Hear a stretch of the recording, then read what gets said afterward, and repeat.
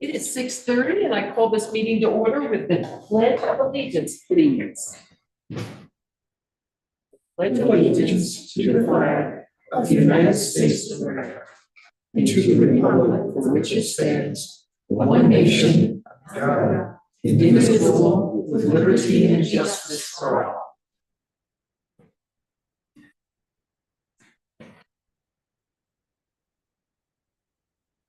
So it looks like we need a roll call. Yes, ma'am. Mayor Smith, Here.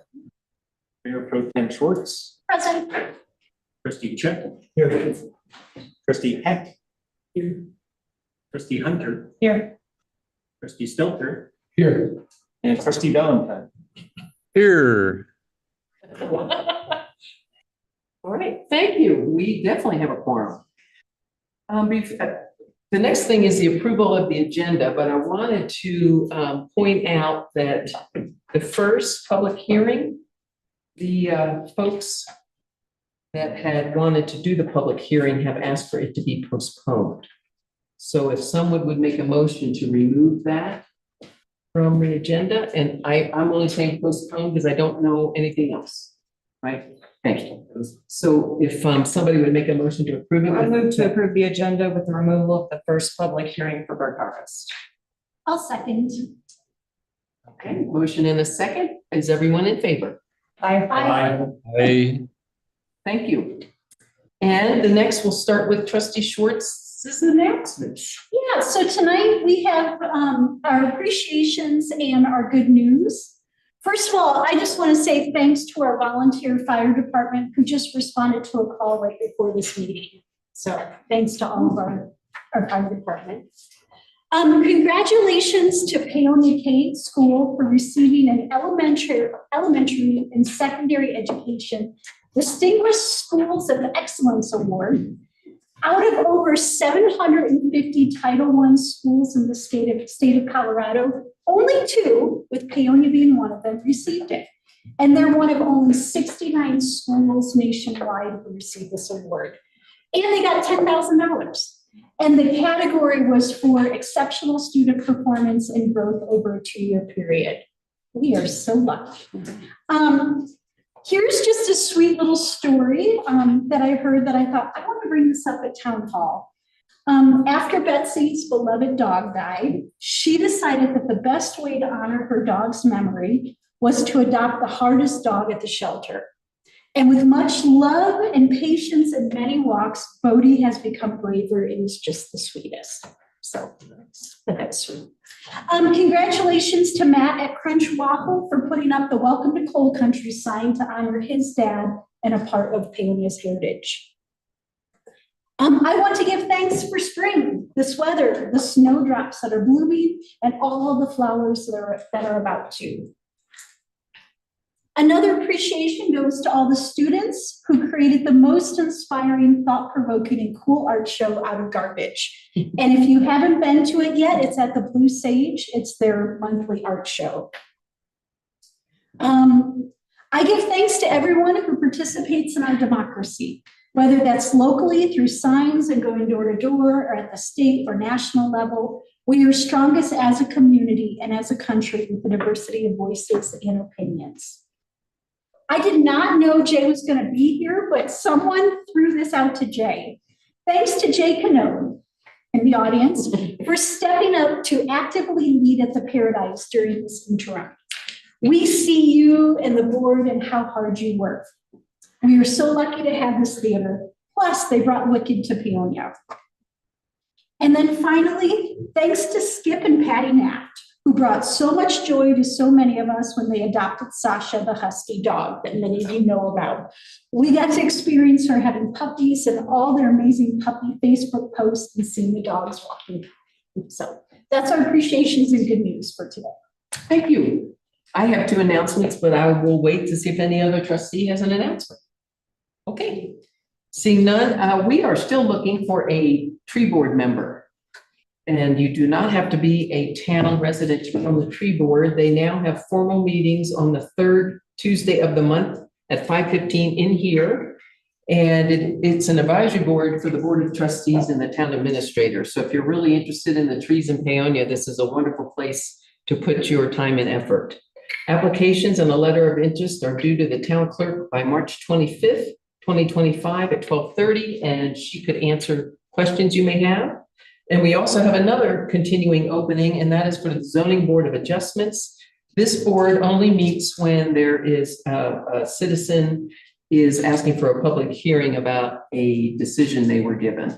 And it's scheduled on an ad hoc basis, and applications and a letter of interest are due on the same day, March 25th at 12:30. And this again is one that the clerk could explain to someone who is interested in joining that board. And you also do not have to be a town resident for that board.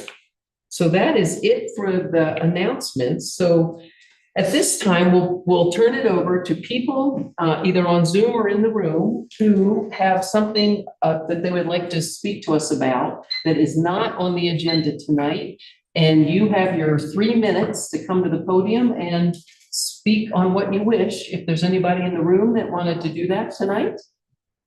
I don't see any hands. Is there anyone on Zoom? No hands, okay. Oh, is there- oh, Quick. it's come on up, but it can't be something that's on the agenda tonight. That was gonna be my question. So it's on the agenda. When can we speak about the agenda? At each agenda item. Okay, thank you. All right, so seeing no one that wants to take that 3 minutes, we will move on to the consent agenda, which consists of the meeting minutes from our February 25th meeting and disbursements.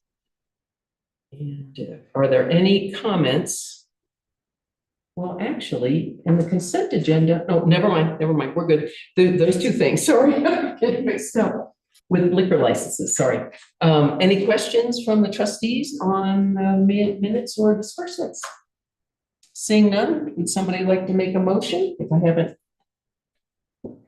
pressed on too fast? I'd like to make a motion to approve the consent agenda. Need a second? I'll second. Please. Motion and a second, all in favor? There, Oh. public comment on consent agenda? Yeah. We don't do it? Okay. All materials on here. Oh, we don't. Okay. All in favor? Aye. Okay. Thank you. And we'll start with the town administrator staff report. Okay, this is got really good news, so that's what we'll start with. Actually, I'm going to wait on the good news. I want to show you all. What? Well, yeah, bait and switch there, I guess. But what I do want to start with is that we have 3 bids currently out, or 3 requests for bids, proposals, or qualifications. One of those is for cleaning town hall and the police department. So if you remember, we canceled a contract or notified them that we weren't going to renew their contract. It had been going on for many years at an automatic renewal, and we just weren't happy with the services we were receiving. So we do have 3 different RFPs out. The first one is town hall cleaning services. There has been one addendum published, so Kaja has been managing that process and collected had a public meeting for interested parties, got questions, and then answered them in a very official capacity with an addendum. We do have one out for a water attorney. So far, there has, in these first 2, there have been some incredible responses already. There's some pretty good firms that are already looking like they're interested. And then the third one is the ADA transition plan, something that should have been in place since 1991. We're finally getting it in place. There has been one addendum published, and I'm about to publish a second addendum with additional questions that have come in. From that one, I was actually very impressed with some of the interested consulting firms that we've received. One of them is like a powerhouse, so I was really impressed to see that come in. Hopefully we get some competitive prices with that. As far as the excellent news that we've received, I will go to that now. Let's see. The first one is last week was a pretty high anxiety, very stressful week for me. 2 public presentations, one of them on Tuesday or Wednesday for a $1 million grant application, we presented and haven't heard back yet. But I am hopeful that we're going to see something come out of that presentation. It was really helpful to have that most recent water main break on that 8-inch steel line, because Corey provided a cut piece of that pipe, and you can see that it's rusted inside and out, and it's failing at every weld joint, that, you know, every weld in that pipe. Having that as an exhibit on the stage in front of the granting agency, and then a picture of blood orange water coming out of a fire hydrant, I think told a very good story. So I'm hopeful for that. Go ahead, John. Oh, He muted. okay. I just wanted to add that I did get word that the commission, if we get the request, it will be for the full $1 million. Excellent. But I don't know if we're gonna get through the whole process. Right. It was there was a small amount of money, but I think we did okay with our presentation. Big one is this one. So on Friday, I also did a presentation with the Colorado Water Resources and Power Development Authority for our $9.7 million low interest SRF loan. It's funny, you do 10 months worth of prep work, 9 hours for an application for a 5-minute presentation. And I was actually really shocked. So during the presentation, one of the big critical areas that they said, hey, this is kind of a red flag, was our existing bond went from a AAA rating down. And the reasoning for that, and I said, I'm going to address the elephant in the room. We believe that that was because of late reporting on audits, historic late reporting on audits. And because of those late reports, it has reduced our bond rating. I said that, you got to realize I got here in July of 23 and we were already a month behind and didn't even have an audit firm, hadn't even started it. So by the 24 audit, we are on target for a May, June, meeting our deadline with the state for the first time in several years. So that's a very good thing. The good news is we got in that 5-minute presentation, it was a unanimous vote that not only did we get our $9.7 million loan at 1.5% over 20 years, but we also, in that same motion, they approved a $3 million grant for principal loan forgiveness. So it was huge to get a principal loan forgiveness right away. Wow. Yeah, it's done. So now we'll have to do a resolution to accept the loan. There's still a process. But this morning I came to Geo sending me a letter of like, hey, congratulations, you're approved. That was huge. So yeah, that was something. And then this morning we also got additional good news. I had applied for a Government Finance Officers Association award for our budgeting process or transparency in our finances. And I've tried in 3 different states now. And this was the first one where we actually got it. I think it tells a pretty good story that, 13 years ago, there was a major embezzlement. And, we've come from this area where our finances were not transparent. They were kind of a mess, to now we're receiving a national award for a Distinguished Budget Presentation Award. I think that tells a pretty good story about the state that we're currently in. As a part of that, Trustee Schwartz received a certificate for her recognition as on the Finance Committee. The mayor received one, and I received one. But this is actually a pretty big deal. So if you look at communities in Colorado that have received this Distinguished Budget Presentation Award, it's cities like Grand Junction and Fruita and Durango. We are the first in Delta County to have received this award. So it's actually out of 1,700 communities in the entire United States, we are one of them. I mean, it's a huge deal. And it's easier moving forward since we already have the framework to continue to receive that Distinguished Budget Award. So it's a big deal. I was really excited to get this. This is something I've been trying to get for a community. And, I think it's a testament to, the commitment that you guys have done for transparency. And it's excellent. Great. Hey, thank you.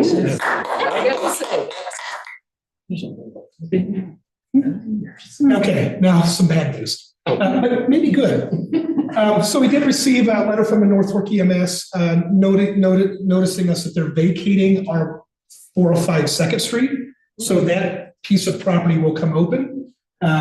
They also sent us a check for 6 years worth of rent because we hadn't been sending an invoice. So we received $60. Their rent lease agreement was $10 a year. So, yeah, but they're moving out, so we may have a piece of property coming out. Where are they, do you know where they're moving to? It's, Corner of Price Road and Highway 133. okay. So they're still gonna be, And I just found out about this 2 days ago. Nobody tells me anything. yes. But this is attached to the Going public. out Sammy Way and then turn right. Okay. That is it for my report. Had a question on the budget. Yeah, Are we gonna go through that? Were you gonna go through the budget to actual for December 31st? oh, we can, yes. Yeah, Yep. okay. I just hold my questions. Okay, so budget to actuals. Our budget to actuals have been updated. I know it says January 11th, but the amounts have, the adding error has been corrected. So you have Oh, this two is of them. 24. Yeah, I've got two of them in here. One of the things that we need to pay attention to is down at the bottom on page 19. We are going to have to do a budget amendment. I haven't been able to comb through to see where some of the things that came in month 13 got booked, if they're in the appropriate years or not. And Michelle, from Professional Management Solutions, hasn't been able to go in to do some bank recs. But as of right now, it looks like we are going to have to do a budget amendment for the general fund. Can you say why? So that people that are listening, that can't see. Leaf truck. Is it, well, it's because there's a deficit. Yes. That's, if you could just explain that. Waiting for bank recs and things to see where that expenditure is, like which category it is for. So Well, mostly for people that don't have this in front of them, I think they'd like to know why we would have to do a budget amendment. And it's because there's a deficit of $21,000, almost $22,000 in the general fund, now that everything's been reconciled. Yeah, and when you look at that, we didn't get as many revenues as we had expected throughout the year. And again, once we do our bank recs, things get completely posted, that number may go down, it may go up. I wouldn't anticipate it to go up. I'd anticipate it to go down, but we're still going to have to do some sort of budget amendment at this point, it looks like. Thank you. Before the audit is done for 24. And, Go ahead, yes. and when that happens, when we do have to do the budget amendment, and I'm assuming you all can come with a breakdown so we can see. Correct. Yep. Okay, now for this budget amendment, or not budget amendment, but for this the fiscal budget to actuals for February, ending February. We still have healthy accounts, we still have healthy investments. We did spend quite down from last month, but part of that was due to finally paying an invoice for a jetback, and that coming out. But our investments are still, I can't tell you what the investments are after the last couple of days, but they had been healthy as of the end of February. Okay, Stefan, Yeah. is the vac truck hitting in 2024 or 2025? so that's it's already booked for one. it's been booked, so It may there's, come out of the account in 2025 as far as our bank account is. Okay. so it'll have to do some adjustments. Excuse me. Let's see. As of right now, so it looks like we're operating at a deficit. We don't know if we are until the bank recs are done. What we do know is that we are receiving a bunch of deposits into the bank. We know that we're receiving our sales tax revenue, but that hasn't been booked into the journals yet. And the reason for that is our third party hasn't been able to get in. There was a password error. There was an update that got pushed through. I reset our password today, so I think those reconciliations are going to happen. There's been this for our checks and balances that internal controls. We don't update our journals internally. We don't do that. The third party updates the journals. And so that's what we're waiting on, is for those bank reconciliations to be done. When you say third party, who are you referring to? Professional management Okay, solutions. thank you. While you're on this page, under rents and royalty, we show 21,647. I'm on page 34. Thank you. Which is 255% of our budget. We're still in the general fund. Uh-huh. Yep, right there. What is that from? Okay, so this is something I have to dig in deeper. So it looks like it's cell tower, the cell tower lease. It looks like we had paid out of a water fund. I have to look at this to make sure that it's being booked in the right place. I haven't had time to look at it yet. I got to leave it here. But most likely that number will change. But what you are going to see is they did do a major payment to catch themselves up for what they owed on the new negotiated lease. And I believe part of that is booked into this line item. I will say that over the last month, we have received 2 additional applications for the cell tower. So you already know that T-Mobile has upgraded their equipment on that tower. We've since received an application from SBA, the leaseholder, for AT&T and Verizon. So I think there's going to be better cell phone coverage coming to the North Fork pretty soon. Do you have other questions, Kathy? Not on that page. Okay. Okay. So do you want to ask your questions because, or did you want to continue describing the budget to actual for March? Or should? If you have questions, ask please questions? ask. Yes.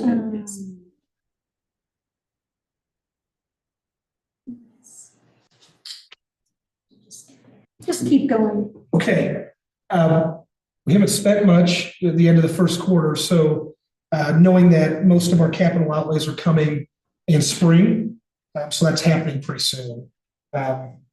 Everything from our water projects can start working.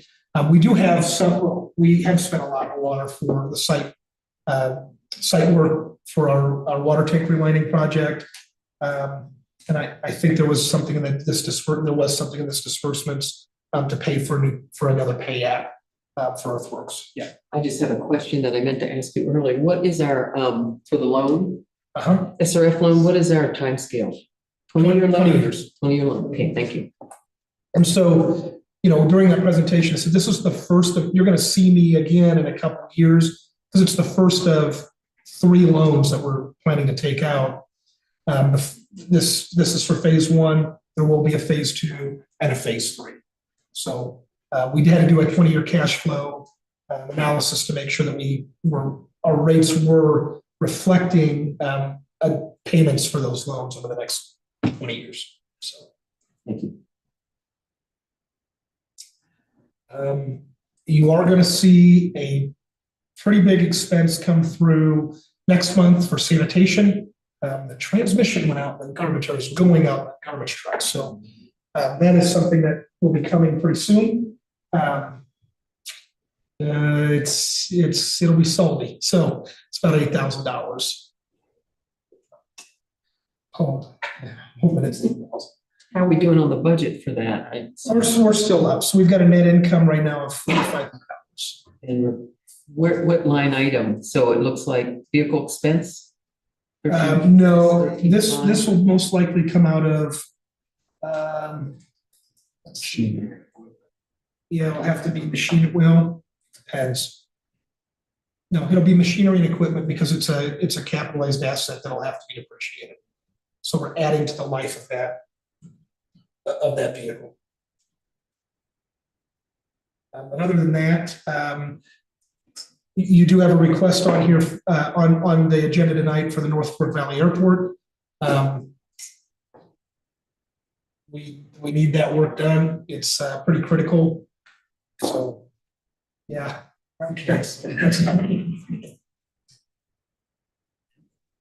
Trustee Schwartz. Yeah, I just have a question on the building department. Well, 38 for 20 for year to date, but also looking at it from 2024, It did seem like our expenses for the building department outweighed our revenue from the building department, which I think it's supposed to balance out. So I'm wondering if we can just have an accounting of that to see, have we been billing properly? Are we caught up? It is something that I feel like and even now, like looking at the expenses right now seem really low, so it could just be they're late billing us. But it's only like $1,600 for 2025. Yep, and most likely we'll see some invoices come in.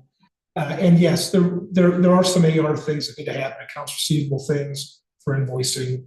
And then it'll end up being booked to this year. So we can't book, if we receive it this year, even though it was Okay, last year, will have to be booked to this year. gotcha. So that might explain the discrepancy you're referring to in the year end. Yeah.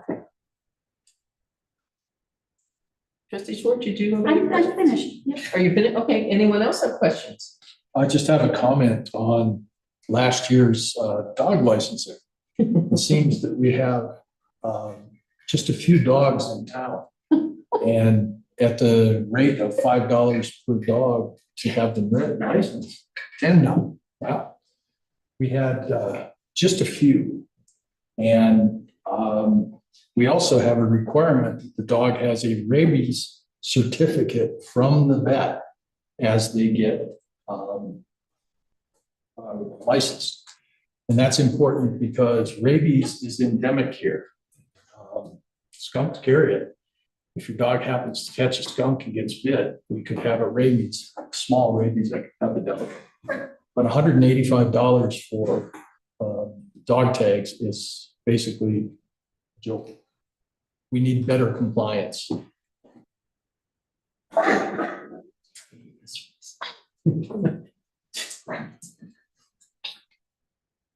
Anyone else?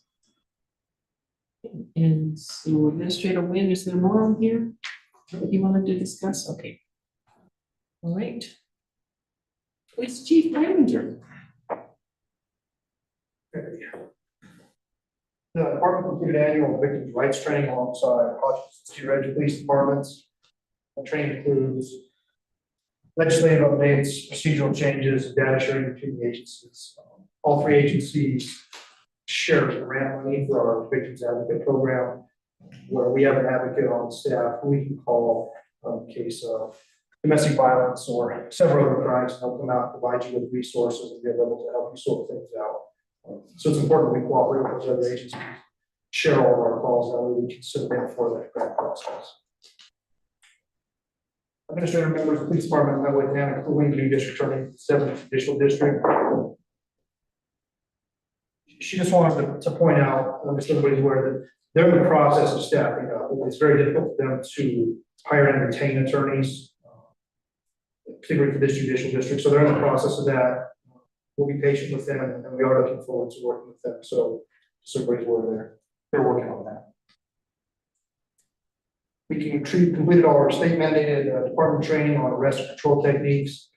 That's something the state requires us to do. As I mentioned in the report, we have 2 instructors on staff. That's very helpful for us as a small department because we're able to schedule that in-house. We can do that on our time. We don't have to travel or send guys somewhere else to get that required training. So we're fortunate to have that. The last thing I'll mention is that our arrest for the month of February, we're up over January. And it's again, it's not like we're arresting 50 or 100 people here each month. But it is important to note that a lot of those are for DUIs, outstanding warrants. And the way we're contacting those folks is typically, that stems from a traffic stop. We'll throw a traffic stop. That's when we'll begin our DUI investigation, or after running their driver status, they'll come back with an outstanding warrant. Just so everybody knows, if you have a warrant, you don't have to come to the police department. You're welcome to do it. We'll gladly give you a free ride to Delta to get that sorted out. But you can go to the courthouse as well and get that taken care of. And as far as the DUIs, I've touched on that multiple months now, but we need to reduce our drinking and driving a little bit.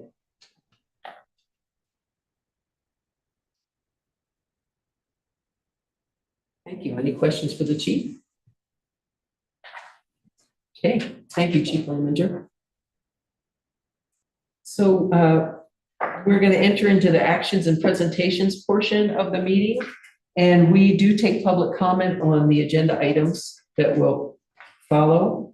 And then we are having one public hearing, and there's a very specific process that we go through for public comment for that.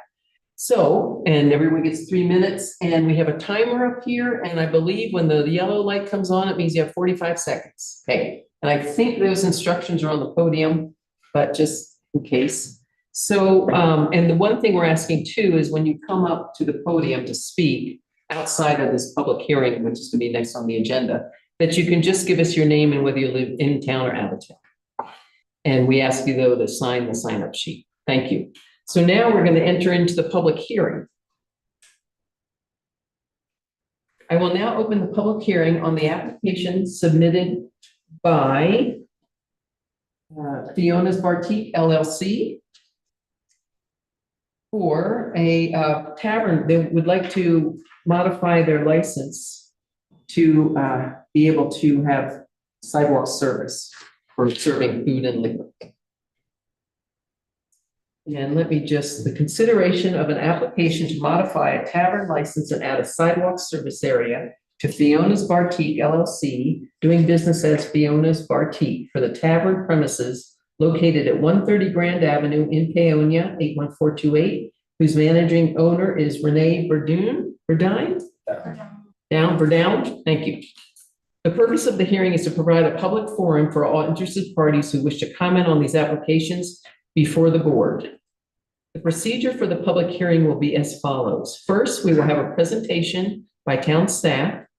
Next, there will be a 5-minute presentation by the applicant.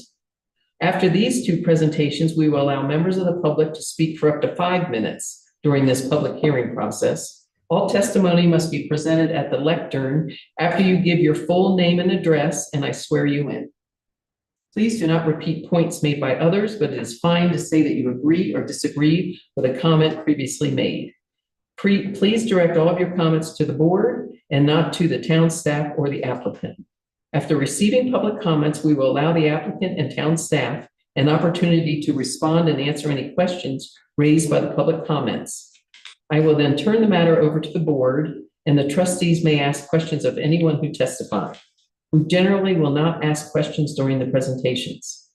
Finally, I will close the public hearing, and the board will discuss the matter and may take some kind of action. Once the public hearing has closed, no further comment from the applicant or the public will be taken. However, the board may ask for advice from the town attorney. Public hearings are recorded for the public record. So to start with, do we have proper notification? Yes, Madam Mayor, we do. Oh, good, you're there, thank you. Do any board members have any disclosures, any kind of a conflict of interest, or have had any ex parte contact with our hearing applicants? Let's see, okay, seeing none, excellent. So the staff presentation is Clerk Better, are you doing the staff presentation or is Administrator Wynn? I think we're going to tag team. Okay. So I'll let her start. Okay. Thank you, Madam Mayor. So Fiona's Bartique, as you know, just opened last year down on Grand Avenue, and they are wanting to modify their tavern license so that they can add a sidewalk service into the front of the building so they can have some outdoor seating. I think we had some specific questions about like, because they have to have 36 inches between anything that they put out there and the curbs for ADA purposes. All of the legal requirements have been met for this, so now it just comes down to making sure that it's not going to interrupt public right of way too much, and any other questions that you guys might have, since it's a little bit more forward facing of a building. Administrator Wynn, anything to add? Yeah, initially, so from a zoning perspective, I do have some initial concerns that I'm hoping the applicant can talk about. One of them is that they're asking for this full 6 foot in a 10-foot sidewalk with a 4-foot pass through meant for ADA access, with it being curb facing. So a wheelchair going pretty close to the curb. The other issue that I'd like, hopefully the applicant to talk about is the second entrance for like the antique store, which has an ADA door opener on it. And how is that going to be impacted by the seating area? Another one that I want to talk about is, or want clarification on, is the antique store currently has utilized the outdoor area to put things on the sidewalk for sale. And I'm hoping that that can be explained as well. And what's it going to look like for somebody trying to access this building and still be compliant with the ADA? I mean, we talked about earlier today that we're doing an ADA transition plan, and we have to be in compliance as well as our businesses. So those are some of the concerns that initially came up. I know from a couple of staffings that I think the PD also had questions. Did you have questions? Ours is really more revolving around the width of the 4 feet, which meets the ADA, but as you'll notice, a lot of the trucks around here have the aftermarket bumpers on them. Once you park at the curb, we're encroaching on our sidewalk fairly significantly. But the 4 feet is over the ADA requirement, so it'd probably be case by case basis as to whether or not it's short of that 32 or not. But Any comments? I don't have any fruit. Okay. And no other comments? Chief Public Works has no comments? Mine were stuff pretty much hit on it with the ADA, so. Okay, thank you. Would the applicant please come up, or applicants, please come up to the podium, state your name and address for the record, and I'll ask you to take the oath. Names down 40386 River Hollow Road in Peonia. I live outside of town. Is there something else? I think we need, you just gave me your address, right? Because we did need that. Forget what I said earlier. For the hearing, we will need your full name and address. So you're good. I think you just gave it to us. Yes, I did. Yeah, thank you. And do you swear to tell the truth in this matter? I do. Thank you. Please make your presentation. I'm just asking for a number of seats out front. After I submitted this, I did notice that people do park over the curb, so I'm willing to work with whatever needs to work there. I don't know how many seats I can do within that area, but I'm totally willing to work with the situation to make it work for everybody. As far as like the antiques on the curb, that can also not be there. That's just something that we've been trying to do to get noticed, but that's just an interim thing maybe. I don't know, we can work with that as well. So it's really just a work in progress at this point. I do feel like the 6 feet is a great amount, but like I said, if I need less, I could do less. And I'm willing to do a chain or whatever for the, like Vito's has for the mounted purview on this point. Also for the ADA door, that's on an inset door, so in no way does that impede or get, there's no way that that gets messed with. So there shouldn't be an issue with any wheelchairs getting by.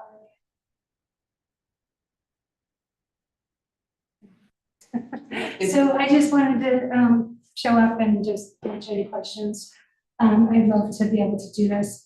I just want to say too, as far as like DUIs and stuff, that does concern me. And I do sell a lot of non-alcoholic drinks. Like it's probably 30% of my drinks now. So that's great.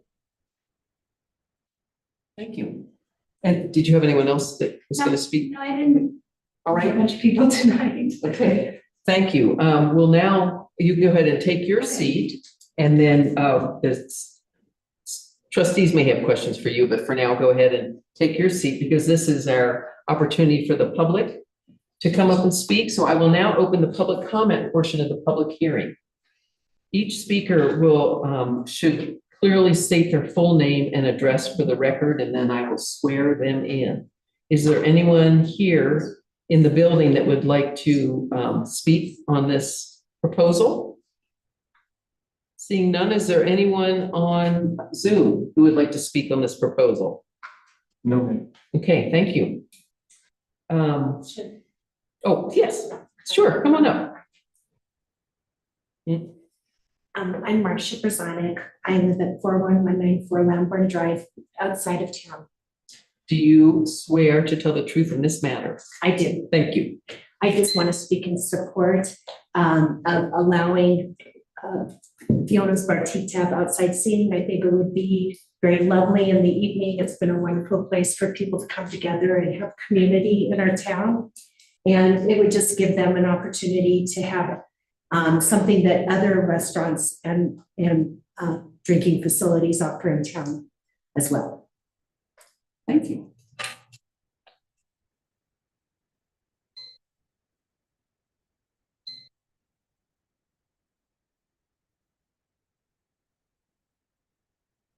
Does the applicant wish to make any more statements at the podium? I'm happy to answer any questions for now.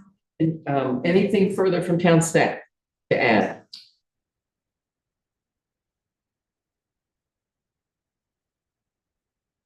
I think the 6 foot is a little too much, and we might say 5 foot, but I'm concerned about what we did at Nito's.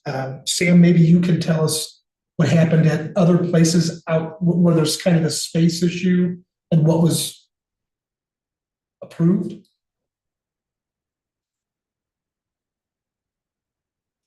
She heard you. Sam, that was a question for you. And sorry about that. My Zoom was giving me fits in here. So Nito's is a lot different because it goes into that corner outlet.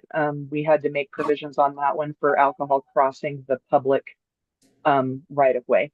But then Good Love and the Blue Sage also do this. And I think our biggest thing there is we just have to keep an eye out. We hear about it if they've got stuff that's in that right of way, or making it to where it's hard for people to get through.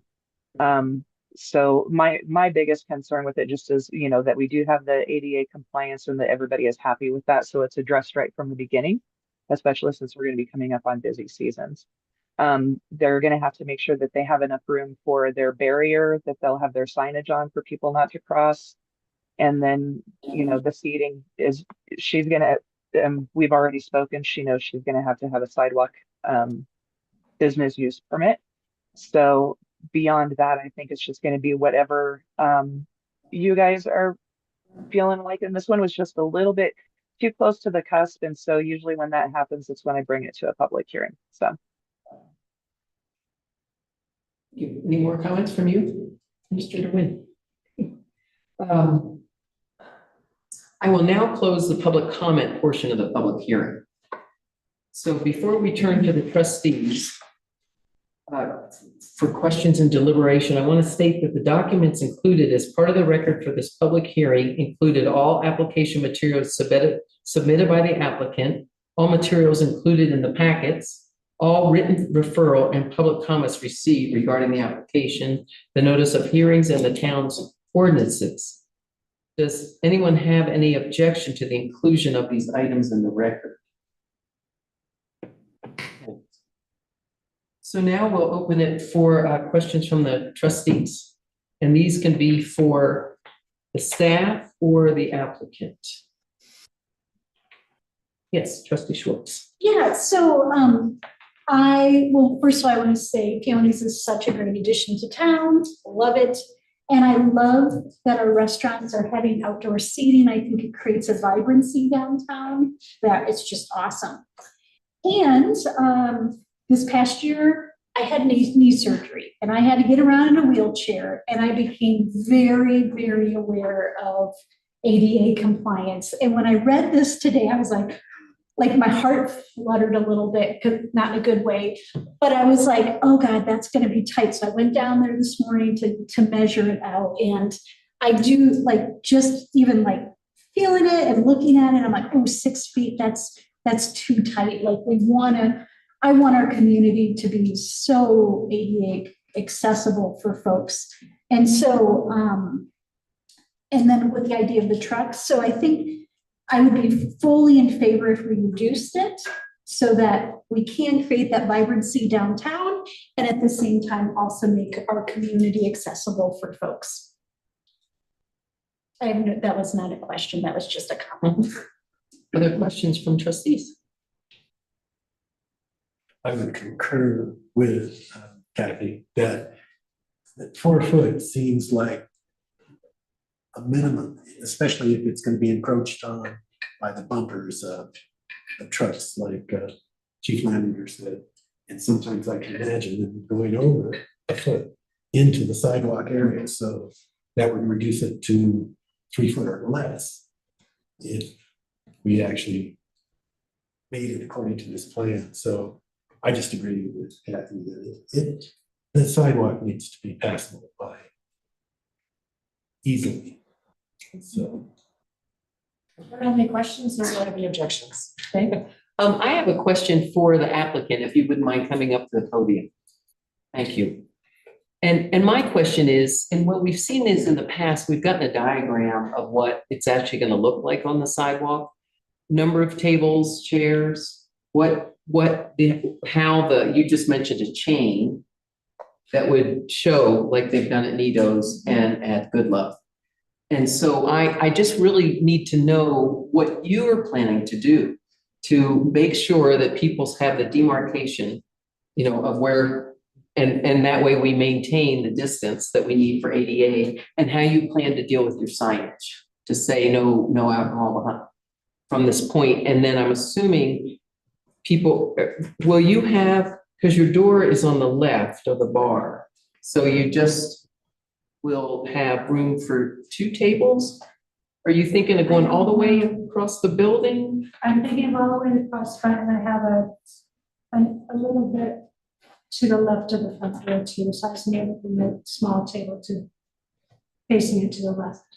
I don't know exactly how many tables I can get in there. I was gonna have to wait and see. I just want little French cafe tables. And the other thing I wanted to say that I just thought of is I'm gonna take them all away when we're not open. So it'll only be there when we're open. I won't have it sitting out there the whole time. I got fold up tables and chairs, and the chains can be removable. So it'll only be set up during our hours.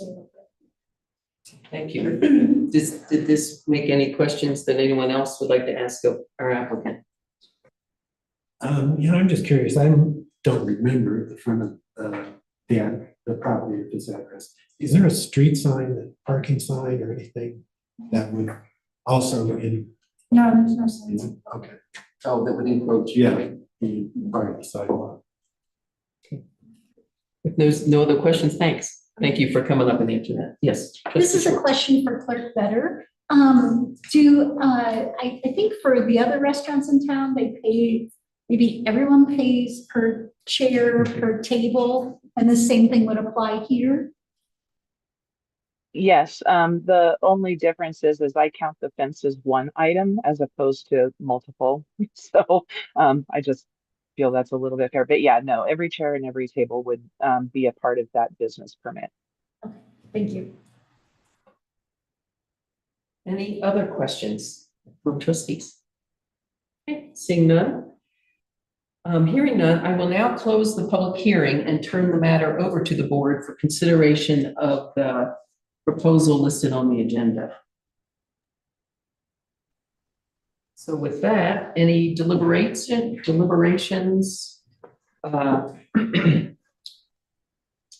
modifications, and you know what I need to look at. So do we have a motion provided to us? I think at this point it would be, no, we don't. So at this point, I guess I'd like everyone to talk about the 5 feet versus 6 feet.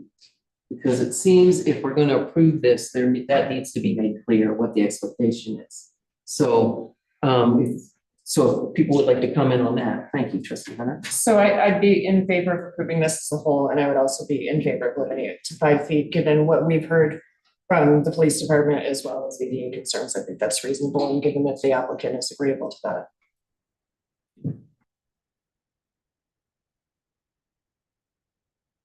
So would you like to put that in the form? Is there any more discussion about that before? Could you make that in the form of a motion, I guess?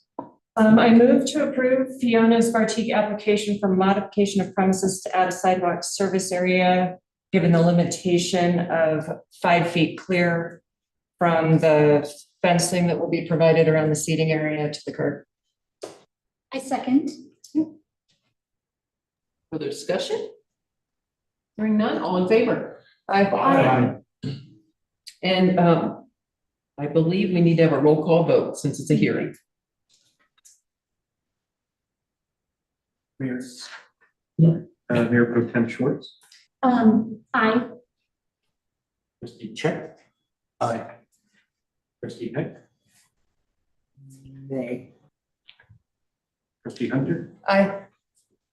trustee Stilter, Aye. trustee Valentine, Aye.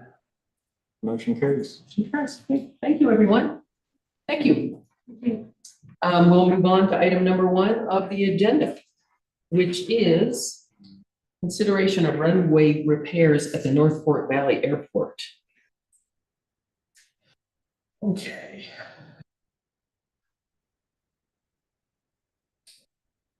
So this is not the apron, and I should clarify, this is the actual runway, which is sloughing away. It was noticed by our operator out there and reported, and it needs to be fixed. I mean, you can see that it's some of the runway is actually falling down the mesa. The total estimated cost is $183,700.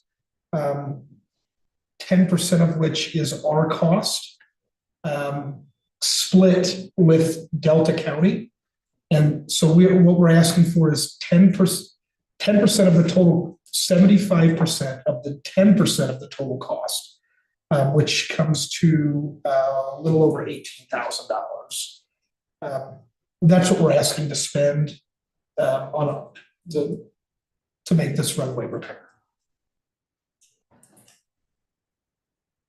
Could you say that one more time? 75% of the 10. So Delta County and the town of Peona's shared cost is 10% of the total project cost. Our percentage of that 10% total is 75%. And that's by the existing IGA. Who pays for the rest of it? I believe 90% of it is coming from a CDOT grant. That's clear in the numbers here. Right.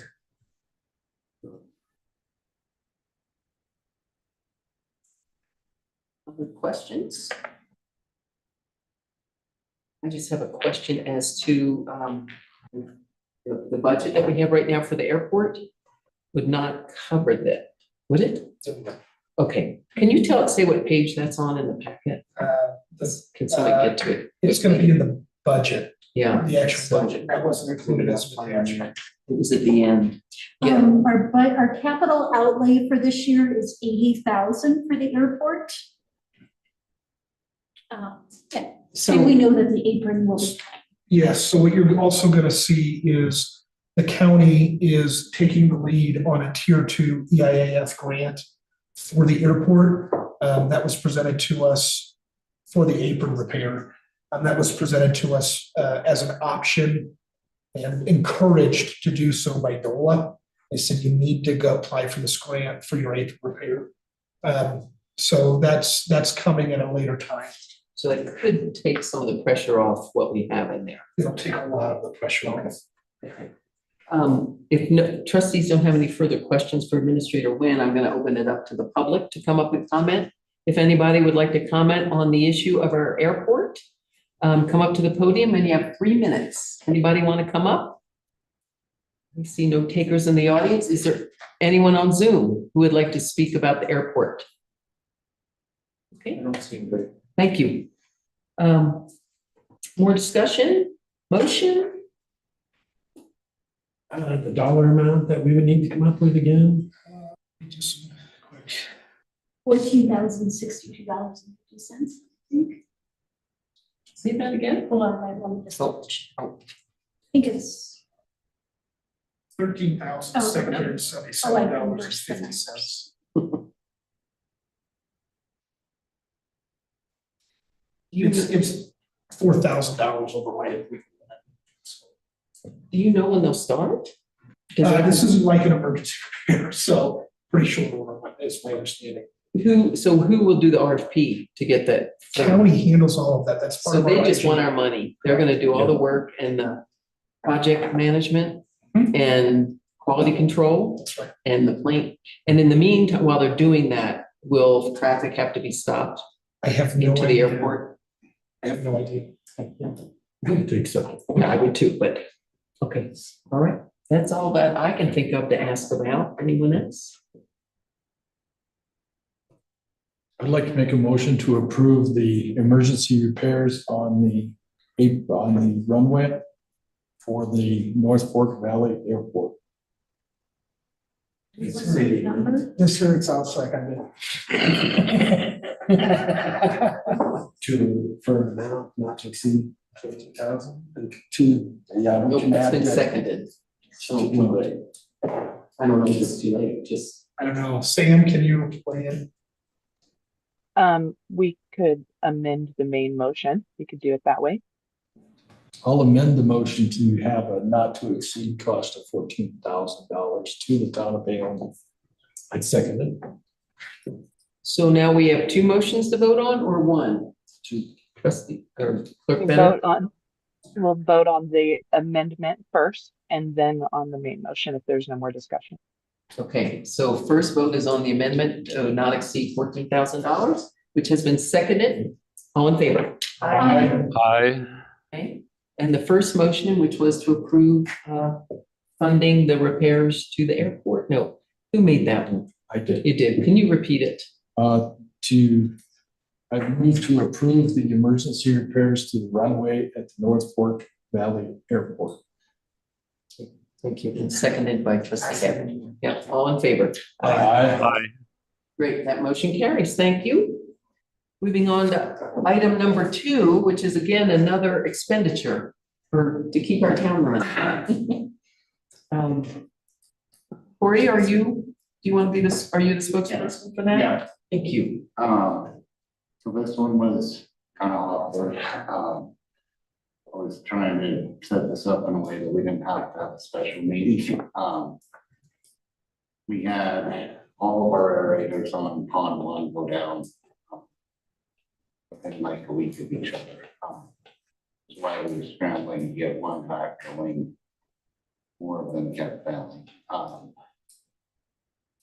We did get some back running, so we do have aeration out there currently. It's just not as much as our permit requires. So we kind of went into panic mode and was calling engineers and everybody local that we could think of that might have spare parts laying around so that we could get them operable again. The engineers were calling to try to find out if any of their other clients might have anything laying around. We found 3 companies that have immediate, I guess, less than 5 months. So like to have ours rebuilt, it's about 5 months lead time. But there's 3 companies that have kind of more immediate deployable options. The engineers are still currently going through them somewhat to make sure that they're more in-kind replacement. One of the reps at Extra Air called me just before this meeting, said that theirs would be a very short-term option, so they don't know that it would, our lagoons are basically too deep to run those as a long-term option. Municipal water currently seems like the most in-kind direct replacement. That's why we kind of recommended those, but I guess we just kind of need approval for enough funding to get replacements here. As soon as possible. So. So I'm gonna boil it down. We have limits that we have to work within. It's our NPDES permit from that CDPHE has given us. And within those limits, we have to have aeration. The good news is, even though we had an entire pond down with no aeration, it was cold. So the bacteria that's working in there is slower and doesn't just die off. If we had a die-off event, we would be also coming to you for an additional ask of about $50,000 to buy more bugs to recharge the system. But the good news is while all of this was going on and we were trying to find not only a vendor that could provide an aerator for this, Public Works was working with our engineers to make sure that what we do find will work. And while they were doing that, they got an aerator repaired. And so there is an aerator that is currently working in that pond. So really we need 3, but the request is for 4. So that if we do run into this situation again, we have something on a shelf that we can put into service while we do a repair or maintenance on those aerators. And so that's why we're asking for 4 from MISCO, which, as Corey had said, was a comparable to the aerators that we currently have in service at our ponds. So that's boiling it down. Simple as possible. I know Corey and I talked a little bit about this. Could you explain that you have to have step down in terms of horsepower, which is why, and you kind of have to have matching, I'm assuming, which is why you're asking for 4, and that 2 are 1 horsepower and the other are another horsepower. Yeah, so we were required to have 2 20 horsepower at the one end of the pond. And then it just steps down, it'll go to 15, and the next pond will go 2 10 horsepower and 2 5. Currently, we have 120 in pond. We're trying to get one of the 15 going. It's not been amazing. Yes, trustee Fund. But what you're asking for is 2 20s and 2 15s. Yeah. I don't know how long we can expect the one that we had to piece together is gonna hold out. So I would rather have a new, and we can look at getting those ones rebuilt or something for backup, so. And if the ask is for the MISCO, do we have an amount not to exceed? Does that bid include tax? I understand that staff is intending to pick it up rather than to have it delivered. Yeah, so we were talking about wanting to pick it up just to save the shipping, because the shipping was like 3,000. I'm guessing that's each, so I don't know if it's reduced if we get them all on the same truck somehow, but what we would probably just drive to Golden to get those. Is there a tax on top of or There included? shouldn't be, no. We should be exempt. Question I forgot to ask. Trustee Nick, go ahead. 220, the 220 is a single phase or 3 phase? That's 3 phases. Okay. Schwartz. How long do you think that these will last us with good maintenance, et cetera, ish? So part of the concern, the engineers are looking at this, some of them are gonna come out, try to make it out next week. And determine, do more of a capital improvement. We plan to do that this year anyway. It just is kind of getting expedited because of this. It depends on the timers and that. If we can figure out a timer that keeps us in compliance with CDPHEs and if they run full bore 24/7, obviously the time goes down. I mean, some of them, I think the MISCOs are roughly about a year at that rate. So, none of them have great running nonstop ratings, I guess. If you recall, we already have a task order with SGM to do a project needs assessment for our wastewater needs. And we received a grant to help with that funding, so this is something that'll go into that project needs assessment. I'm gonna open it up. Any other comments from trustees? Oh, sorry, trustee Hutter. Question for staff.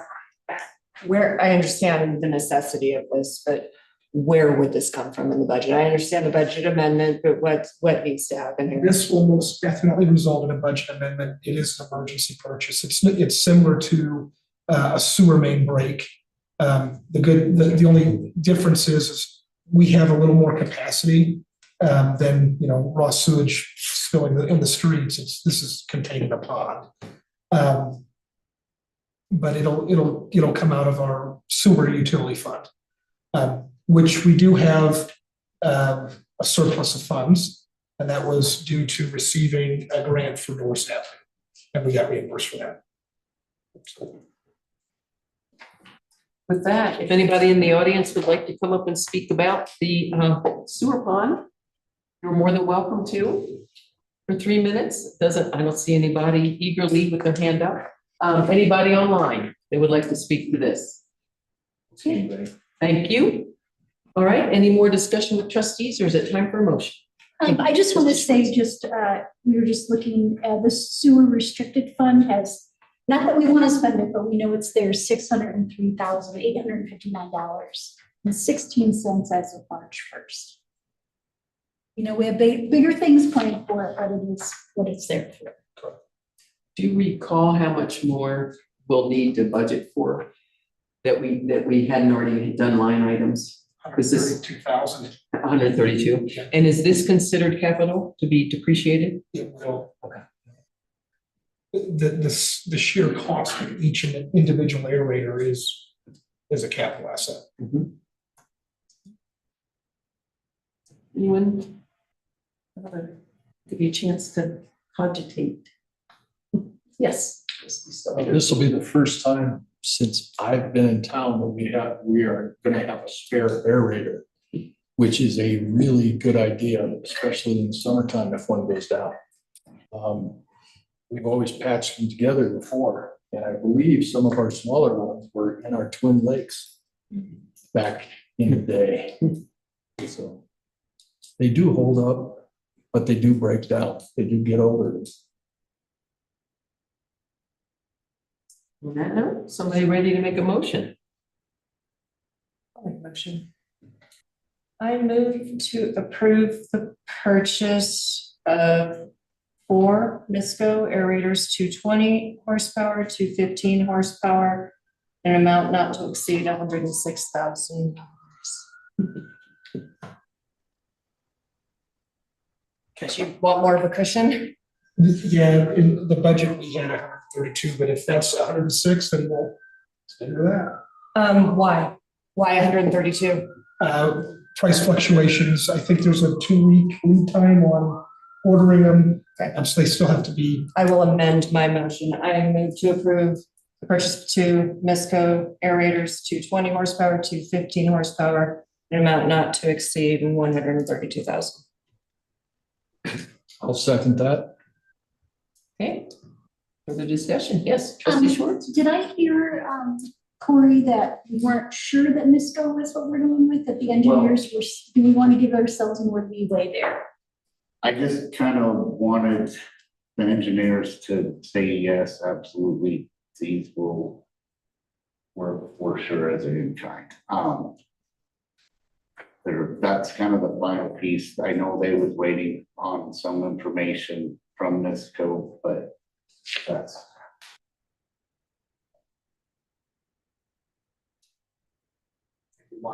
Yeah. Otherwise, we're never going to get a final opinion from an engineer. No offense to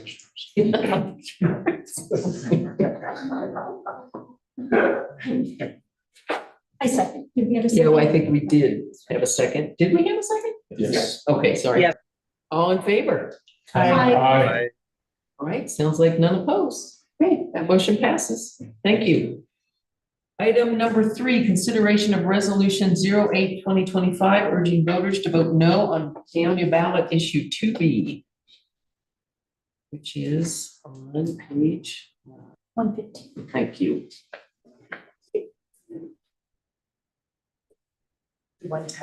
Yeah, Yeah, it's off. I noticed it was off. I don't know what happened, but the page the computer sees is off by 5 pages. I don't know why. Something got. So. Administrator Wynn, would you like to open this? Sure. So do you want me to read the resolution? How do you want me to go about it? I defer to the trustees. What would be helpful to you all? I'm wondering why we're recommending a no vote or a yes vote. I think we've decided our groups of voters, right? So, and personally, I think we do need I think it needs to be amended, but it's not that way when it's going to the voters. It's going to be what we had passed as a resolution. And they're going to vote it up or down. That's my understanding. And then we can amend it later if it passes. What is it? Correct. So as a board, you can take a stand on a ballot issue. You can't do something for like a political candidate or a political party. And I'm hoping Clay can weigh in on this as, but as far as taking any sort or urging voters to vote a certain way on some sort of on a ballot initiative, you can't do that. And so this was really designed to, Get the for the voters town, right, for the town to be able to provide information on the ordinance, why some of the parts are the way they are, the fact that there's 31 licenses or applications that have already been submitted, which are things that the public wouldn't know without a resolution being put together with some of that augmented information. So that was kind of the attempt to be as transparent as to what has been going on since the referendum, and also to put into the public the memo from our attorney, which is making it clear that the trustees did not break the code, that did not have to go to the planning commission first and did not have to be conducted as a public hearing. And that again was said in a meeting, but we didn't really have a vehicle for putting that in front of the public and keeping it in the public record prior to the ballot. So that's kind of the other reason. So. And I didn't know, Administrator Wynn, if you want to add anything. I mean, the resolutions, I think, speaks for itself, and it's really up to you whether or not you want to vote for it or not. So Discussion amongst trustees. I'd like to lead off if I could. What we seem to have here is a very vocal minority that does not want regulation on short-term rentals. And the issue was that we offered too few. Since 31 have only applied, that's all that applied. I think 30 is probably a good number because possibly one will fail to meet the requirements or they will withdraw. 30 seems to be the right number. We went through this for 2 years with housing assessments, and we've had public meetings on this for the longest time. And we just have a few people that are very upset with the town council. They seem to oppose everything that town council does. And what I see here is this is mostly health and safety. It also has a requirement that we have a business license, that we will have licenses for short-term rentals. The discussion was that short-term rentals do take away long-term rentals, and we seem to see that. There are quite a number of short-term rentals that are not, they did not apply, and they would not meet requirements. There are several that they rent the basements out, and there's no egress. Smoke detectors and CO detectors are a minimum requirement for some place that's going to be rented to the public. this whole thing is kind of a tempest in a teapot.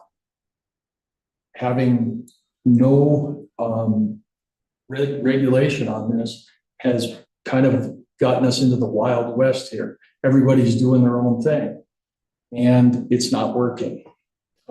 We are very short of housing in this town. It will change the dynamic, having only 30 short-term rentals in this town.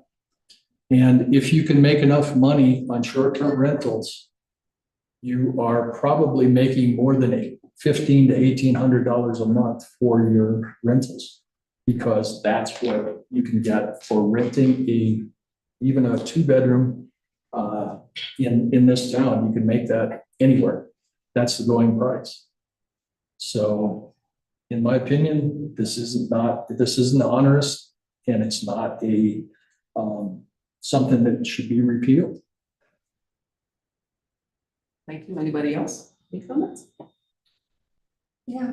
Yes, trustee. I think one thing that's worth pointing out, even though it hasn't been enforced that I'm aware of, is if the ordinance is repealed per the vote, then the code says that you can't rent anything out for less than 30 days. So that would be the case. I understand it hasn't been enforced to date. And just personally, this is a hard one for me. I know that this is a problem. Short-term rentals are a difficult issue throughout the country. In my opinion, it is something that definitely needs regulated. How is the crux of the matter?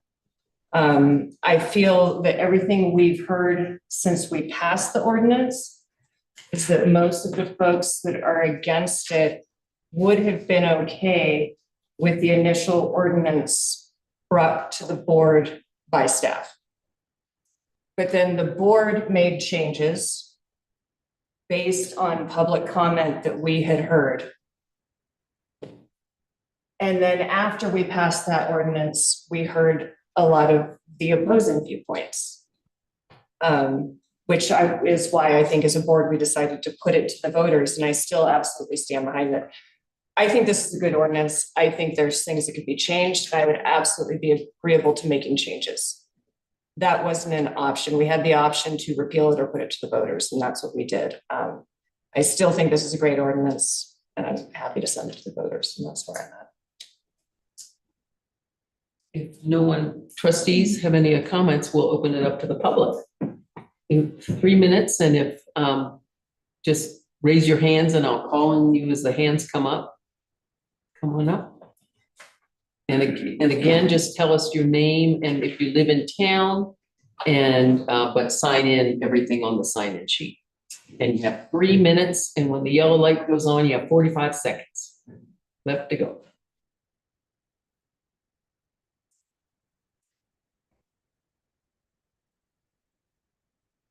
Madam Mayor, quoting from Resolution 08/2025, Section 2, the Paonia Town of Board of Trustees hereby urges the registered electors of the town to vote no on the Paonia ballot question 2B. Page 5 of the Housing Action Plan, as referenced in the first whereas clause of the resolution, states actions to start now. The very first one, regulate short-term rentals. Quoting 2 text boxes on page 58 of the Housing Action Plan. Regulate short-term rentals, exclamation. This is the most obvious, biggest bang for the buck tool in our kit.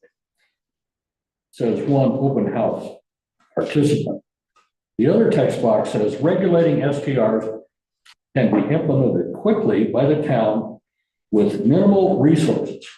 Implementation, easy. Impact, mediums. As for impact, the math. Although estimates vary, 38 is a commonly used number for the number of STRs operating in Paonia. Applications for 31 STRs have been submitted for permits to operate STRs. An additional 2 STRs have been operated by the Yamans for the past 13 years and will not be converted to LTRs. That totals 33 STRs that will not be converting to LTRs.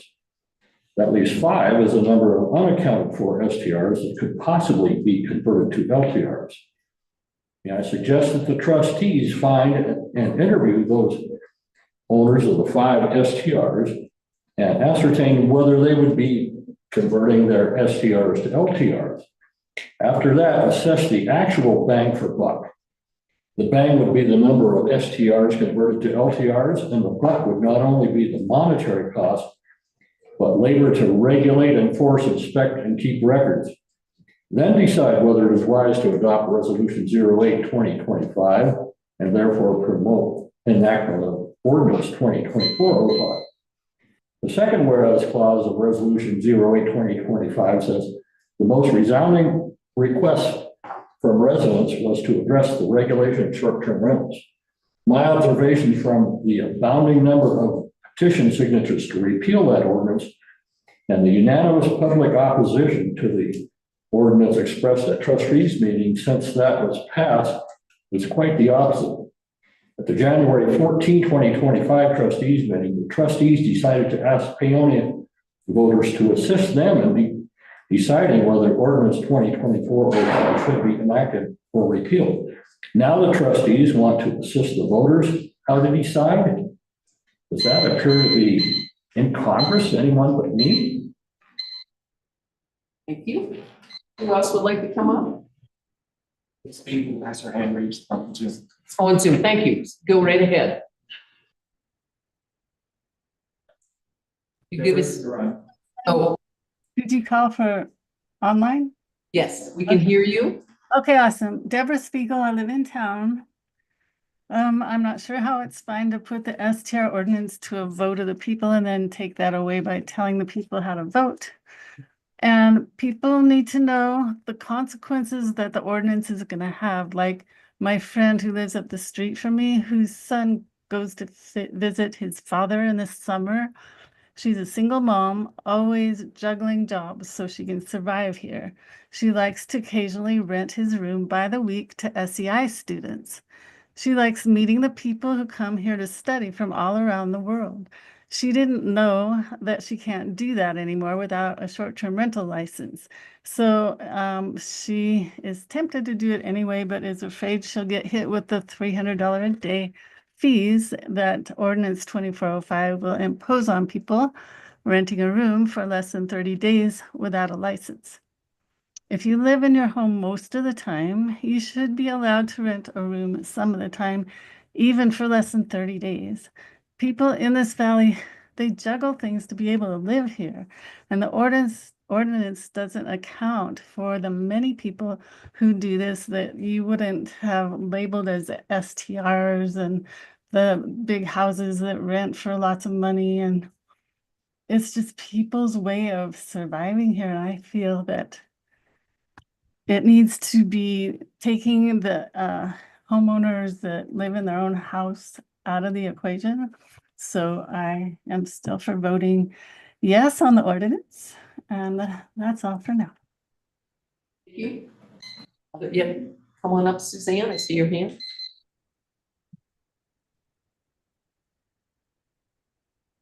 Suzanne Watson.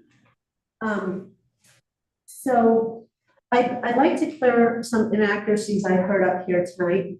And that is, you're saying that you can't rent out anything for less than 30 days. That's a definition of a single family dwelling unit in our code. Laws aren't set by definitions. But that being said, if someone lives in their home, there's no rule that says you can't rent out a room in your own home for less than 30 days. You're living in your home. You're living in your home for days and days and days on end. So that's something that's for the rental of an empty house, an empty unit. It doesn't apply to the home that you live in. I don't see how the government can be telling us how long an owner has to live with a housemate in their home. That being said, I do want to point out that this ordinance has created a situation where you've granted a monopoly to 30 or fewer people. You can actually, as an STR owner, you can hold multiple permits. And, you know, there's someone who actually has more than one right now. So that's not even 30 people. That's less than 30 people. The people who apply for these permits are the ones who are seriously operating as businesses, who can justify the expense, can justify the permitting, and are willing to step up to it. It sounds like they've already gotten into line. Those people can renew their permits in December before they're even made available to the general public again. So you've locked out the little guys in this town. You've locked out the people who only casually, occasionally want to rent a room. Maybe a family wants to go camping and they pay for their camping trip by short-terming their house while they're gone. These people aren't creating anything with housing crisis, but you're creating a crisis situation for people who might not be high income in this town and do this as a way to survive. I think it definitely needs to be separated. This is one of the most egregious things about this ordinance to me. So you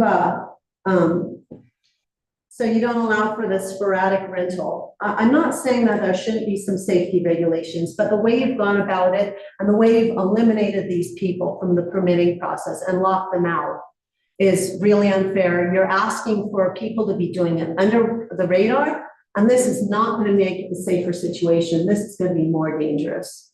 Thank you. Anyone else? Yes.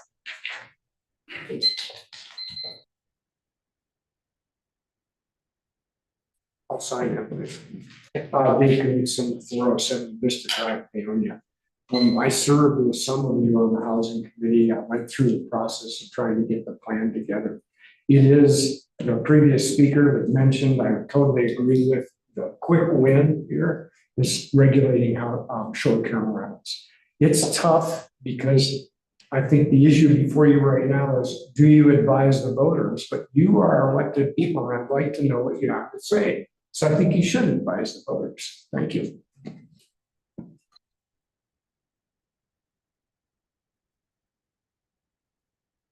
Dave is signing. Is there anyone else who wanted to come up and speak? Yeah, I'm online. Okay. Can you hear me okay? Yes. Okay. This is Jay Canode. I live in Paonia. So I'm confused as to why the town would be, advising people to vote one way or another. I don't think you should be doing that. And if anything, you should be voting yes to repeal and let the citizens vote on this. I've got an Airbnb here in town on my property, on the property that I live on. And I was one of the first people in town to do it. 15 years or so ago, I started doing this. And it's a way to make ends meet. I agree with Deborah and her comments about, it takes all kinds of things for a lot of people to live in this valley. And as one of the board members said, that some people are making upwards of, thousands of dollars a month on this. Well, I assure you that we are not doing that. We rent our Airbnb out to everyone from minors. I probably rent 50 to 60 days a year to like journeyman miners that are just working here 2 weeks on, 2 weeks off, a lot of them from Utah. I rent, mainly just to couples that want to come here for the weekend, spend some money at the restaurants, have a nice time, from Denver. There's a lot of tourist dollars to be made by people that are just kind of trying to make ends meet, provide a nice space for people. My 15-year-old son is employed turning over the Airbnb. It's a part-time job for him. I think regulation does need to take place. I don't think it's a cure-all by any means. I do think that the ordinance as it reads now kind of crosses over into personal property rights. things like egress and things of that nature, like, you know, having a 36-inch door. There's not one door in my house that was built in 1956 that is beyond 32 inches. So, you know, letting the town in to start ripping apart code violations in my home, I'm not going to allow that. And that's why I didn't apply for an application. You know, I just think it's heavy-handed the way the ordinance reads. Can the town make a bit of a difference, you know, in regulating? Maybe. There really, you know, I've done a lot of research myself. There's no definitive research that has led to this. I honestly don't think the town should be endeavoring to solve the crisis in such a way. I think the town should be loosening. Your 3 minutes is up. Okay. I'm sorry. Thank you very much. Appreciate it. Thank you. Anyone else online? Hang on before okay, and I see a hand in the back. Please come up. And there is no one else online, correct? Okay, thanks. Hi, Andy Ford, I live in town. I'm actually for short-term rental regulation. However, I think the original short-term rental ordinance should be amended. I agree with some people that have spoken before that there's a difference between fully renting out your place short-term and renting out your place that you live in. If you live here in town and this is your permanent residence, you know, you should be able to do what you want with it, whether you're not gonna rent it long-term because you live there. So the only option will be to rent short-term. You should be able to do that if you want to. So I think that should be excluded from the ordinance. So yeah, if somebody wants to rent it for a couple weeks a year or a couple weekends a year, it's something that they should be able to do. I also think that you should listen to how people vote, not tell them how they should vote. Yeah, that's all I have to say. Okay, thanks. Anyone else? Okay. So some citizen input, any more thoughts from the trustees?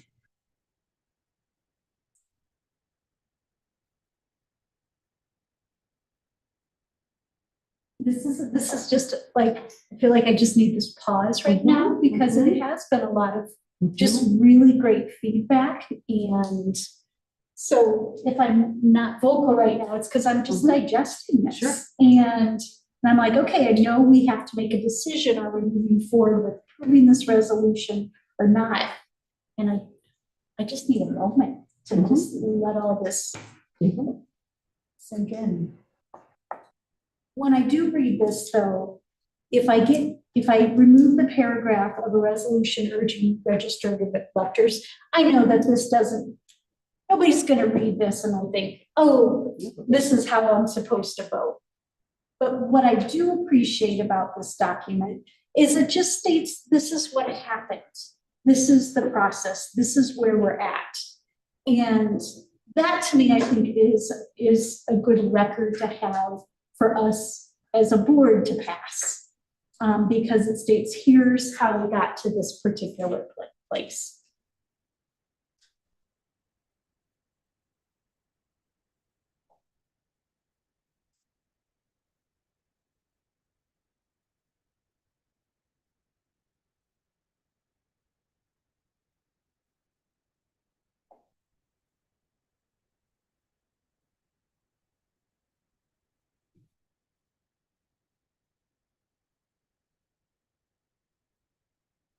Okay. Everyone else still thinking?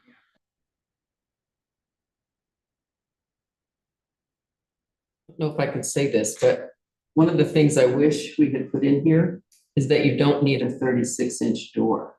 As the speaker brought it up, the 36 inches really should have been amended to 32. The 36 was when you go to Home Depot to buy a door to just pop in, it's 36 inches from side to side. It's really, you need to have a 32-inch opening on your main door, which is what I have at my house. this 32-inch door that opens. So did I explain that right, Stephanie? Yeah, it's a 60 by 80 pre-hung door with a 32-inch screen. Yeah, so unfortunately, the ordinance didn't clarify that, so it did look like everybody would have to tear out the door, which is not the case. 6 by 8. Yeah, right, but it's a 32-inch opening, which I have an old house and that's what I have at my front door. So that didn't go in here. Anyway, just a bit of correction there. My house isn't even that. Sorry, you can't.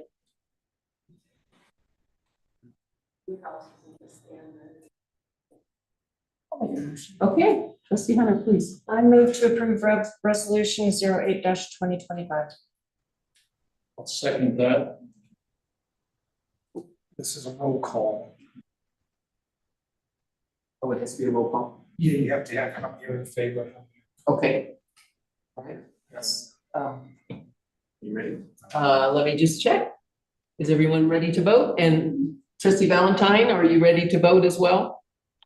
I am. Okay, so, do everybody say their ayes and nays and then the roll call, or do we just roll calls? Just start roll call, okay. If you'll start the roll call, thank you. Yes, ma'am. Mayor Pro Tem Schwartz, Aye. trustee Check, No. trustee Heck, No. trustee Hunter, Aye. trustee Stelter, Aye. trustee Valentine. I. Motion carries. Okay, all right, thank you, everyone. So the next item is, again, another issue that's on the ballot, and it is issue 2C. And again, in this case, the town really wanted people to understand the importance of voting yes on this one, because it will save the town an immense amount of money. And Administrator Nguyen or Clerk Vetter, would you like to speak to this one? Okay, I can. So, yes, so we have a comprehensive code rewrite coming up, which, as our ordinance currently stands, or our code currently stands, it would require us to publish the entire thing in a newspaper, which gets costly. We've seen thousands of dollars, invoices come in from, our publishing paper. By allowing us to publish by title only, it doesn't remove getting that ordinance out for everyone to review. It just says that we don't have to publish it in a newspaper that requires a subscription fee for people to read it. What it does is it says we can still use our existing media outlets to be able to do it, and it'll reduce those costs for publishing. We'd still publish that there's an ordinance being passed, and just be in title only.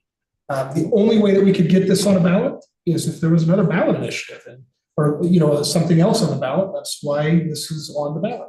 One big example of something that's coming is there are things that really ought to be in the zoning code that are in the building code, and we have to remove those back out to put it back into the zoning code. And it's pretty significant. If you think the short-term rental ordinance was large, what we're pulling out is even much bigger. So. And I might add that I believe that the public notice that would include the title would also explain to the public where they can see the entire ordinance, either on our website, paper copy in town hall, other outlets where we would have it. And I believe that we would have to put that in the notice as well, where the public could see the full ordinance. I'm getting a text from our clerk. I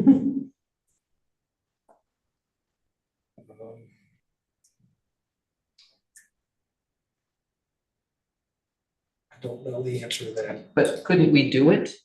I mean, without violating statute? I'm pretty sure we could. To me, I would think that we would want people to understand where they could see the full text of the ordinance being considered, because we're required by statute, when we pass an ordinance, it has to be published one time in the publication that the town chooses for their public notices.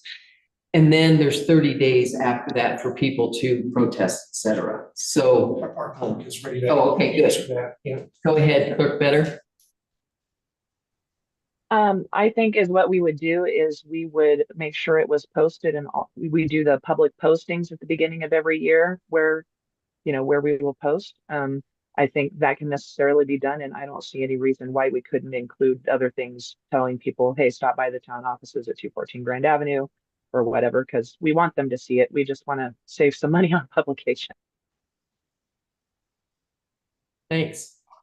Questions from the trustees? Yes. trustee As a Schwartz. person who looks at the disbursements and bills, it shocks me how much we spend when we publish full ordinances. And it's like, in this day and age, it's like, I want people to have this information. So it's like the fact that we can publish it by title allows us to do the shopper, the DCI, social media, our website, perhaps it's the text my gov. Like, it's all of these different areas. Like I think about, like, if y'all read in the DCI, they have like, what happened in North Fork Valley 100 years ago? Like, that's where you need it to publish these things to get the information out. But in this day and age, I think this is just bringing us into the modern age so that we can just really use all of the means available to get the word out about changes without costing town a fortune. Any more comments? I'll ask the public if they would like to come up and speak. I see one hand come up, Suzanne, and let somebody put their hand up online. I would like to speak to you about the recent experience I had with your short-term rental ordinance. It was when Deborah and I tried to write the initiative for the repeal. We tried, we used the ordinance in the body of our text. That was the way we went about writing after reading the state statute about requirements. We could not use the town's copy that was provided online. The formatting would get totally messed up when we copied and pasted it. So we tried, we put it on, but we were like, oh my God, Deborah, do you have a newspaper here? Do you have the newspaper? Because I think we got to double check against how it was written. We went through that ordinance line by line, checking against the newspaper because the town's version was, we couldn't use it. It was impossible. We had to do some hand entries into it because the town's formatting was missing in certain areas. And it was a nightmare. And it was also the holiday season and you guys were closed over Christmas, you were closed over New Year's, and we had a limited amount of time to get it done.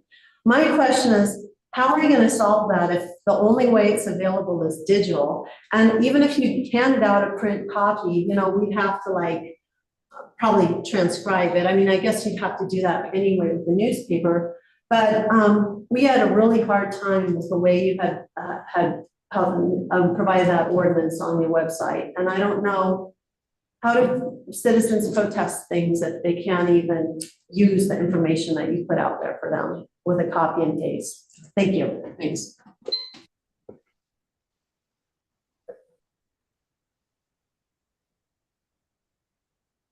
So they are available on the town, so ordinances when they are presented are available on the window at town hall for anybody to look at. And, I think what was just said was that it was able to be done. It might not have been easy to pull off digitally, but it was still available for people to see. Speak to that. The website is designed for accessibility requirements. There's certain fonts and formats we have to use. We can't just do whatever we want. Okay, thanks. Anyone else from the public? Okay, well, comments from the trustees? Okay. I motion to approve resolution 09-2025, urging the registered electors of the town of Paonia, Colorado to vote yes on Paonia ballot issue 2C at the April 1st, 2025 municipal election, a ballot issue for the purpose of determining if the town of Paonia shall be permitted to publish ordinances by title I'll second that. Okay. All in favor? Oh, no, sorry, we got a roll call again. Sorry, never mind.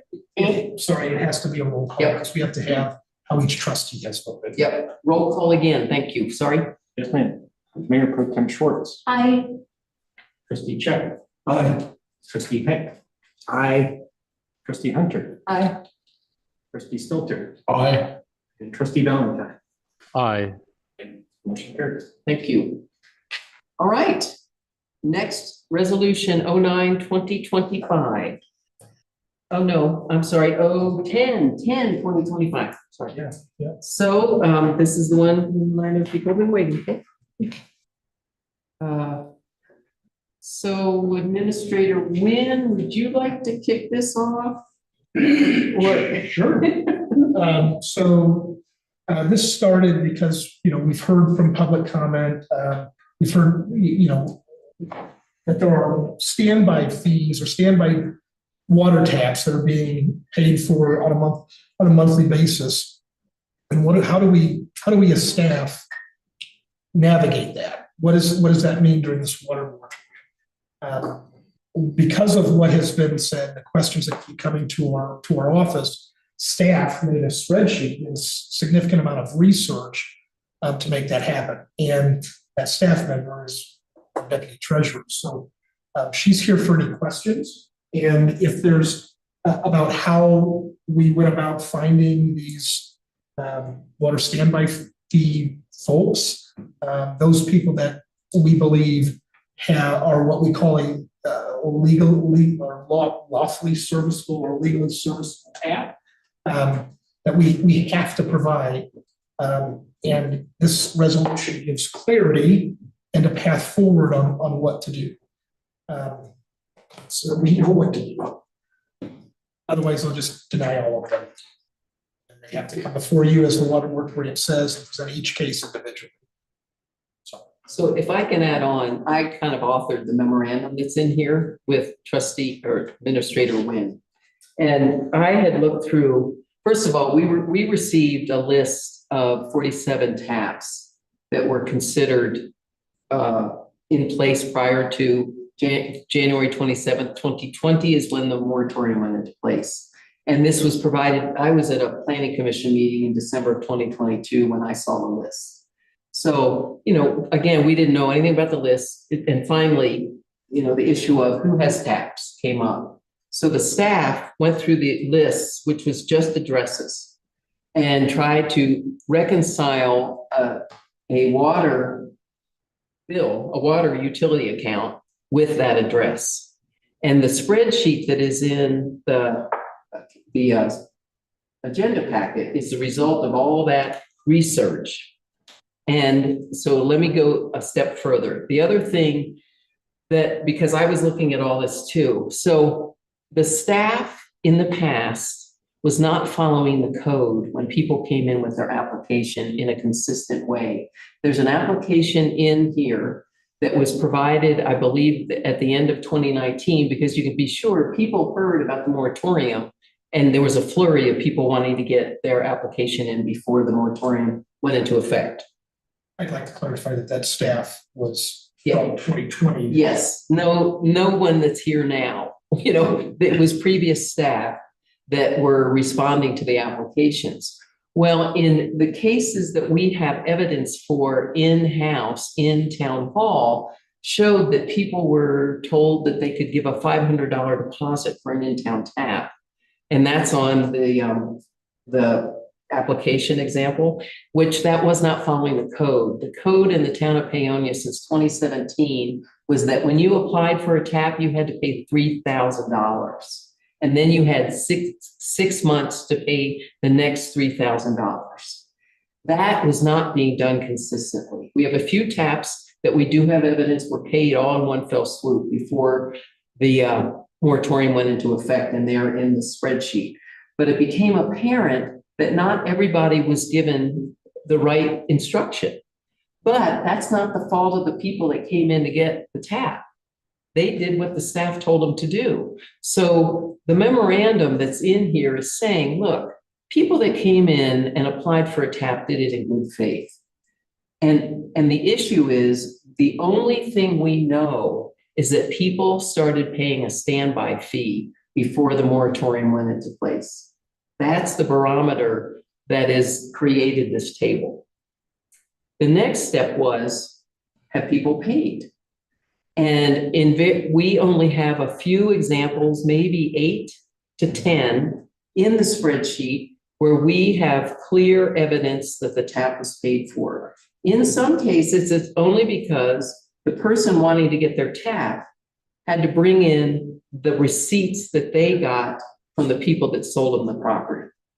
Because the town was not maintaining a clear set of records.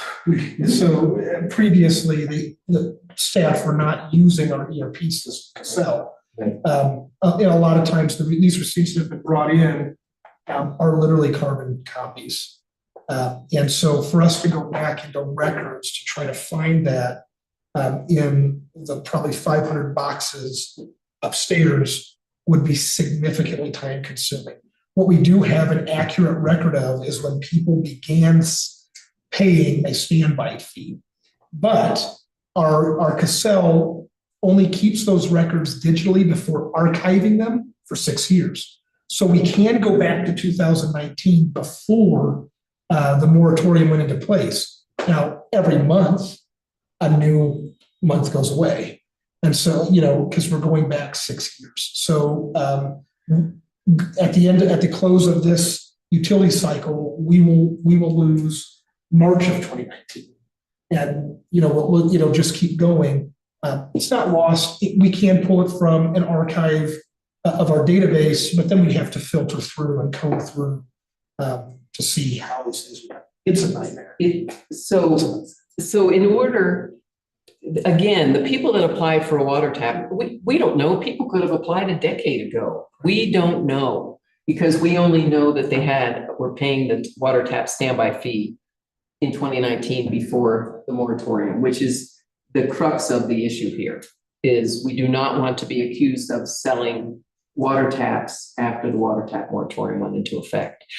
So consequently, there is a recommendation in the memorandum that there are, based on this spreadsheet, we know there are people that have paid for their tap. And their tap, I would like the trustees to maybe include that the folks that we have clear evidence the tap was paid for, they get their tap. People are sitting on pins and needles wanting their tap because they are wanting to build. But the majority of the entries in this, we do not have evidence that the tap has been paid for. And so the recommendation is that the staff be directed to create a letter to be sent to these property owners who currently are paying that tap fee and saying, we recognize that you submitted an application prior to the water moratorium, but we will need proof that you paid for the tap. Because we know in some instances that people selling a property didn't even know they hadn't paid for the tap. They'd been paying the standby fee, but when they put it on the market, they didn't know they hadn't paid the tap, and the people that bought the property came in and paid the tap. So just so you're all aware, the spreadsheet that you see are for customers that are directly billed by the town. So that's in-town and out-of-town water customers that are billed directly by us. Anything within a water company, whole other issue. It's not really addressed with this resolution. That would, we'll have to individually meet with our 23 consecutive systems on their standby taps that they have purchased or have been paying for. But this, like I said, takes care of everyone that is direct billed by us as the town. Yeah. Also, Arch Coal, there's 317 taps, something. 17? I don't know. Yeah. It's a lot. But they have a completely different way of paying for those standby fees by a contract between us and Arch Coal. So, that makes it difficult. That is not contemplated with this resolution. That's something that we have to do separately. Trustee Hunter? I have a question, I believe, for Deputy Treasurer Bowman. So looking at the spreadsheet in the packet, it looks to me like everybody in there has paid something prior to the moratorium, be that a deposit or a portion of a deposit or a standby fee. I was not directed when I was first asked to put together my spreadsheet that I made that has a lot of info names we didn't put up there, to look for prior to the moratorium. So I cannot say for certain that everyone has. I know Stefan has gone through and it does appear that they have been. I haven't found any that haven't been, whenever the few I did sort of look into, but that could be part of our process to move forward. This was a group effort. So where you see standby fee initiated, I went line by line to check each account. And there are some notes in here that say, hey, this one looks like it should have activated that standby, but they're still paying for it. So there's some things that need to be cleaned up as well, but it's strange. But each one where there's an actual date and that standby fee initiated, we can say there is a standby fee that has been paid since that date. Also, there are two on here that under the date of first payment and amount column, talk about how the applicant, so these are lines 3 and 23 for reference. The applicant was incorrectly instructed by staff, but it doesn't specifically state that that deposit was taken prior to the moratorium. But am I correct in assuming that on those two in particular, that money was collected before the moratorium? And those two specific properties have produced receipts, carbon copy receipts. Yes. Thank you. That answers my question. It is a nightmare. I can't even imagine how many cumulative hours you all have spent on this. Probably maybe 100 plus, who knows? Maybe, But- Tasha spent a long time looking through records. But can you just remind me, so did the town initiate a standby fee starting in 2019? No, it's been on the books since at least 2014. And that's the side-by-side that you have of the code that was in effect in 2014 and then changed in 2017. Because in defense of the staff, in 2014, in-town people could put down a $500 deposit, but that changed in 2017. And the other thing that everyone needs to understand is we don't know when people apply, because we only know they've been paying a standby fee since sometime in 2019. We have no idea if they applied. Yeah, that's right. 2014, we don't know, because we don't have a copy of an application and we don't have a receipt. We just know at some point they came in and applied and the code requires a standby fee, which is the base rate in effect at the time they apply, and then that's changed as we change our base rates. It goes up. And the reason that the base rates are asked for is because people wanting to get on the system need to have help pay for keeping the system running. And that was the small price they paid to be part of the system. So with that, any more questions of the trustees? And I can see some question marks on people's faces in the audience. But before I open it up to the audience, and we still have more time for discussion because we learned things from the audience. But if everyone's fine, I'm going to ask for public input. Anybody in the house, in the hall? Go ahead. Randall, come on up. Hello, I'm Randall Gillette. I'm here with my wife, Shell. And I guess we would be in the pins and needles department. We're currently designing or have designed a home that we're getting ready to build at 472 Vista. And we bought this land maybe 4 years ago. And I assure you, I never would have bought a piece of property in Paonia that didn't have a legal water tap. That would be insane. So I have a legal water tap, but much to my chagrin, I rolled into town about 3 or 4 weeks ago saying, hey, we're ready to hook up. And learned about what's going on in town. So just firstly, a comment, I'd like to commend Deputy Treasurer Bowman and Town Administrator Wynn and Mayor Smith for all the hard work that you've done putting the packet together. It seems quite a reasonable approach to getting all this historical stuff sorted out. And I'm hoping that water issues are what they are in Colorado and the West and town. this seems like a no-brainer of a vote to me. I hope that's true. I'm hoping not to add legal team to my already large teams of engineers and architects to our project. And we are ready to go, literally. Public Works has already marked out where our water line is. Dick Kendall was chomping at the bit to hook up. So to us, this is quite a big deal for us to be standing here in front of you, wondering if we're going to be able to build our home. And by the way, we have a permit issued for our home 3 days ago. So I'm not sure how you get a permit without a water tap, right? So that's another issue that's sort of interesting to me. Thank you. Thank you. Yes. Let me go.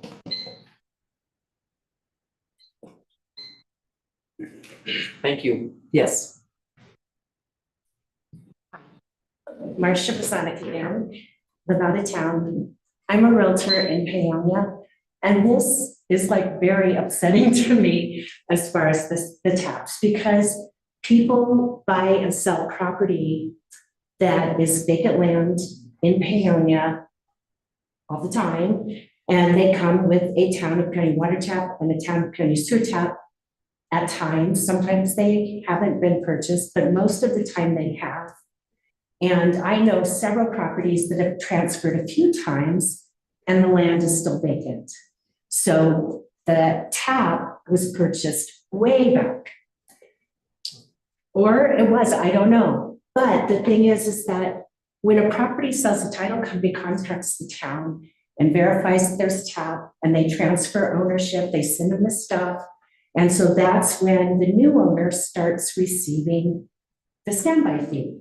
So it seems like if a property was transferred with a town water tap way back when, and it wasn't there, that it would have been notified, you know? And like I checked when, I mean, years and years I've been here with the town verifying there's a tap, and they say, yeah, they've been paying their bill.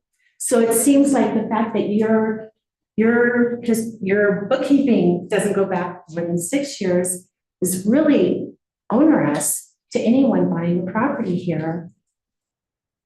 And it's just very, so to me, I think that you could look at deeds, you could go back to vesting deeds to see how far back, because a lot of times, if not most of the time, water taps are put on the warranty deed that say together with, without warranty, one town of Peonia water tap and one town of Peonia sewer tap.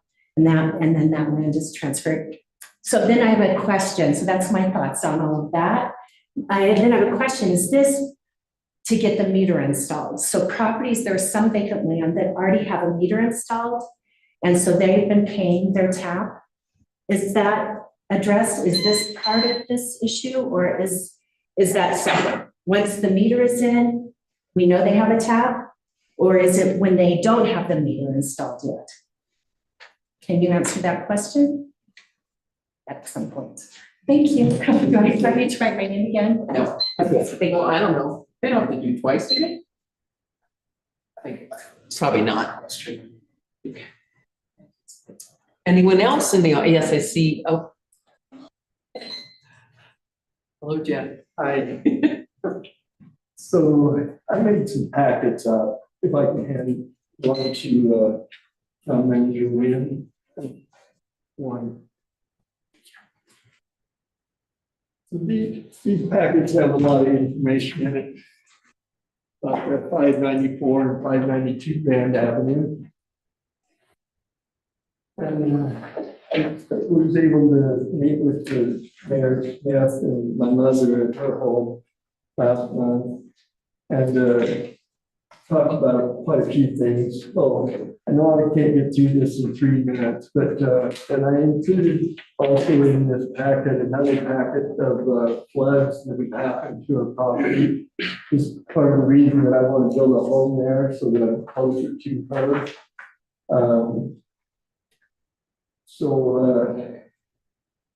Anyway, the property 592 and 594. Second picture shows her house, and the third shows 594 grand, which is vacant land. I had gone up a rough sketch thinking we could split the property, which we ended up doing, maybe 594, 0.344 acres and 592, 0.44 acres. We began by applying for a minor subdivision showing an intent on purchasing taps from the city dated May 22nd, 2018.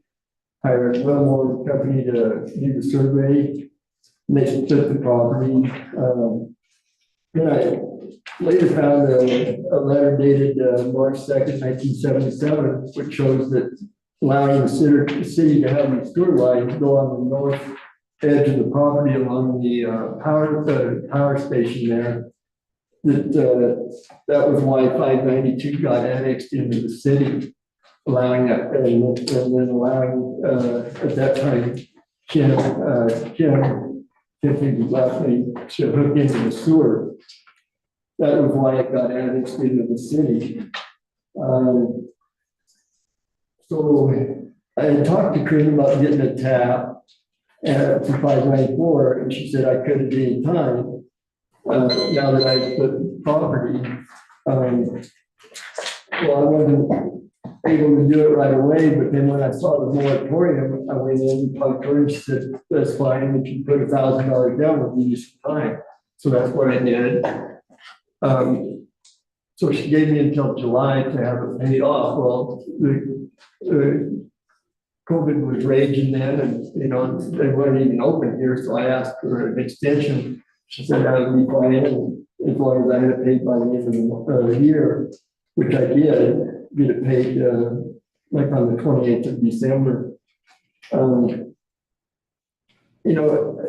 Being born and raised here, I know that the standby fees have been around. Your 3 minutes are up. Thank you, Jeff.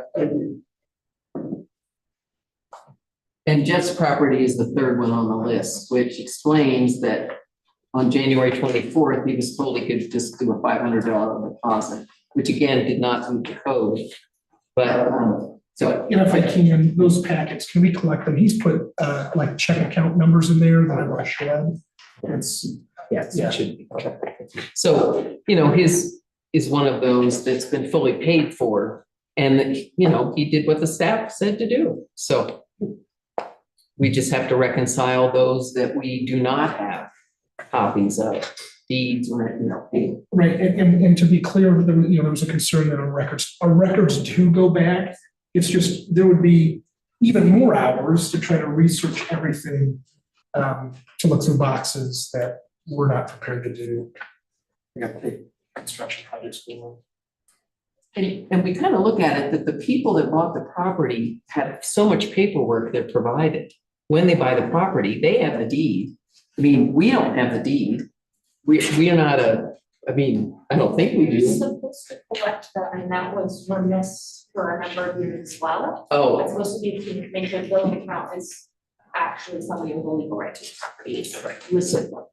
So we do for certain accounts and not for others, depending on whether that policy was stuck to by a prior staff or not. So that is the crux of the problem. Monica. Let's see, I remember very well the moratorium coming up and people voting for it. As a council, how much that turned us around, but what we had to do from then on. Now, it was really clear to me while I was serving on the council that anyone that had a prior tap had the opportunity to be able to use that property and build a house on it.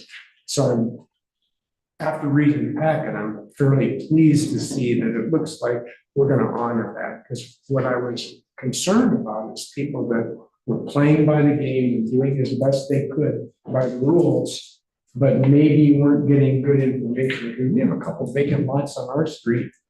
When I looked them up, I was surprised that they really haven't paid the full tap, it looks like. So, gosh, So I really appreciate that you're trying to be fair and doing the research on it, but you're not trying to subordinate the moratorium. That's one thing that has been the council has really strived to do, is to honor the will of the voters in that moratorium, even though it only passed by 3%. something like that. It was a pretty close vote, but anyway, we honored it, so thank you. So what I think would be helpful for folks is to hear that what this resolution before you is intended to do is to give us clear direction and a process. And I want to read that to you. So section 2 states, the Paonia Board, so section 1 is that the recitals are incorporated here. Section 2 is the Paonia Board of Trustees hereby directs staff to incorporate the following process for determining which property owners currently paying a water standby fee are eligible for a tap. Number 1, property owners must be current on the payments of their water standby fees. Number 2, property owners provide proof of prior payment of the tap fee to the satisfaction of the administrator or designee. 3, in the absence of satisfactory proof, the property owner pays the requisite $6,000 for in-town or $15,000 for out-of-town to secure the tap and be provided with the opportunity to make payments in accordance with section 13130D of our code, as well as be held to all provisions in the subsection. Section 3 says that you're directing us, right, as the Board of Trustees to employ the following process. Number 1, letters are sent out to each water standby customer explaining the town's desire to clarify the taps associated with each property. Number 2, proof of payment needs to be submitted to the town or payment will be required. And 3, town staff reads the current enterprise resource planning software, Excel, and other record-keeping software to keep a permanent record of each water standby. It's a pretty straightforward process.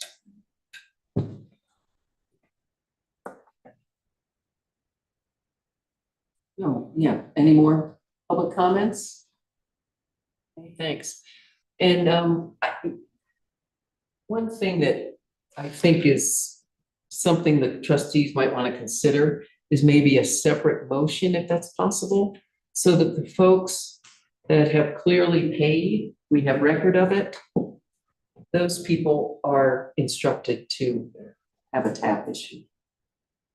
And we're only talking water taps, but similar things are going on with sewer taps. So the people here, I believe the sewer taps are also clear, but that was not the role of this. Our goal was not to deal with sewer taps as well. There's no moratorium on sewer. Right. So the sewer is not an issue, but yes, trustee Hunt. I have a comment and, you know, if it's time or when it's time, I'm happy to make a motion as well. I can't imagine the nightmare that staff has been dealing with. This is messy. And I know that there's people on the message board with, you know, really upset that we're selling taps when we shouldn't be. And I just want to point to one section in particular that's in section 13131 moratorium as it currently stands. Lawfully served unit means a household or commercial unit for which the right to connect to the town's water distribution was purchased prior to the effective date of ordinance number 2020-01.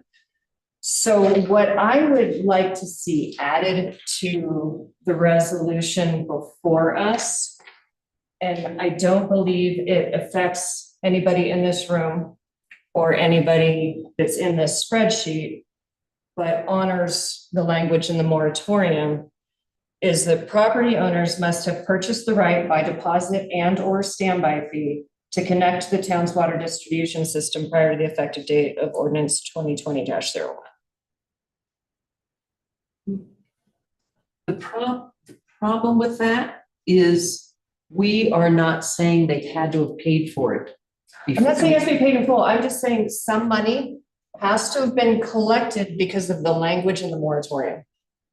And our problem is we cannot verify, they have to verify that for us. So I agree. Everything on Yeah. this list shows that a payment has been collected prior to the moratorium. Standby fee or a deposit this one. Okay. My language specifically, Okay, just that the because- town has collected some kind of money Yes. Which for would be their the water. standby fee. Because Or the prior property owner, I'm sorry to interject, but I mean, I think it's just really important. What if someone bought That it? spreadsheet has already been done where we look back at prior property owners and pull that information. Okay, And so because it goes you're back saying to- they have to show that they have been paying since Yeah, that. sorry, yeah. So I guess I agree with everything you're saying. And we're putting the burden on the person that has the account to prove to us that there was something paid in the past. I'm just saying that They're at least paying the it standby. it has to be shown either by staff or by the applicant, and I think it is shown in this spreadsheet. But I just want to be clear that we are honoring the language of the moratorium, because that to me is a sticky point. Mhm. And I want to be sure that that's clear, but again, I don't think that affects anybody. Mr. Holwood, in the package he just sent around, showed a paid receipt that was dated 3 days before the moratorium, golden. Okay, I see what you're saying. Yep. So, oh, Kasia has her hand up. I just, as the staff being directed, wasn't sure if the discussion, because I had similar questions along the lines of fees and that were purchased with that stipulation on it, then do have some. If that was something that you might consider addressing as well. I don't think a deed, because we don't make a deed. So we have to go by an actual record that we either have physically or what they are able to provide for the purchase thereof. I just would like it specified one way or the other, so I can. No, we don't want to start going through deeds and dealing with title insurance. And if things come up, we can still address case by case, but That's to right. me, if It we're is gonna case do by a case. resolution, it needs to be clear that it's in line with the moratorium as well. It's very case by case. And these are all of the water customers directly serviced by the town right now that are in that spreadsheet.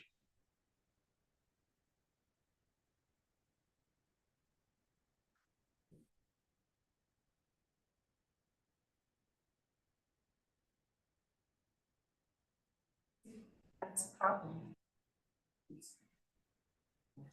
I have a question if, because this is such a big thing, we know this based on the water moratorium. Do we have to make a decision tonight? Like, would I? Yes. I would urge you to. Point of order, I'm sorry, me asking, okay. the audience, sorry. No, you can ask the question. Yeah, could we make, like, for me, it's very clear for the applicants who we have record of them paying, it's all paid in full, like, to me, that's a no-brainer to me. And I think that involves everybody here in the room. Nope, not quite. There's probably Yeah. 8. They're Yeah. not in order. This was put in the order that the original list was created. More or less, not, it wasn't, so you have to kind of look at. Yes. Could we open it up to public comment, given my comment and a potential change? Yeah, to the no, I think we ordinance? can, but hang on. I wanted everybody to get their thoughts out. And it seems like we need a. Can I address the one question? We really need direction, because there's people that may not be in this room who are coming to the counter and asking to purchase a tap. And this direction will also give me direction on a zoning verification letter that I have to send on whether or not there is a legally serviceable tap or unit. Addressing your concern, it seems to me that's what this, we are considering, to give staff the authority to reconcile this issue and clarify, or try to straighten out the records. And Oh, if there, yeah, for sure. so if there is an exception or something, and somebody comes to the council and said, well, wait a minute, what about me? I mean, we can consider that separately, I presume. The water moratorium still, this doesn't change the moratorium, right? So it still stands, and if I, as that moratorium states, if the town administrator deems something to be insufficient and I deny it, it goes to the board for a public hearing. So. So Marcia, would you come on up and give us a little bit more insight into your perspective? Well, I'm just thinking, so someone bought a property since 2020 and they bought it with a water tap. The seller said, I have a water tap. I'm selling you my land with water tap. They bought the water tap with their property. And then, I mean, I guess, so do they have to go to the town and say, okay, George Bloom owned the property before me and he paid until I bought it. Can you look that up? And that will show that he was paying a standby fee. I mean, this is just like, you know, what are they gonna do? And it's like, it's not fair to people who just bought property since 2020. If they bought a property that didn't have a house on it, but they bought it with the water tap, then they're gonna have to pay another $6,000 or $15,000 to be able to get their water tap that they bought. They paid more for the land because it had a water tap. The piece of property in town would not be worth much if it didn't have a water tap. So they paid for the land with a water tap. I mean, there just has to be something. To me, the way that's worded, it's like you have to show that you've been paying or that you have a receipt since the moratorium. Well, what if they didn't own it? That's my concern. We'll have a little more discussion. It's just my concern. And I see another hand up. Jeff? Come on up. Please don't continue with this. No, Please. Yeah, you know, when the standby fees kept getting raised and raised and raised, I'm like, wow. And then I was advised, well, you can always quit paying it and then you lose your place. Well, I've got $11,000 invested in this, so I'm not gonna do that. But one of the reasons I brought up that I own the 236 Main, it's the parking lot down here. There was a time after I tore the house down and the Paonia acquired that land, there was a stretch of some years there, at least 2 or 3, that it was just vacant, just flat, nothing there, no water fill station or anything else. So, you know, if the water is run by a different corporation, according to a letter in the North Herald by former trustee Weber, then the town, was the town paying a standby fee on 236 Main, or did they have to go and buy another tap because they quit paying for it for 2 or 3 years? So it's the same thing that Ms. Berzoni is saying. Do you have to keep that standby fee paid up in full before you get your tap, which I have done. But you know, there could be instances like 236 Main where that might not have happened. Thank you.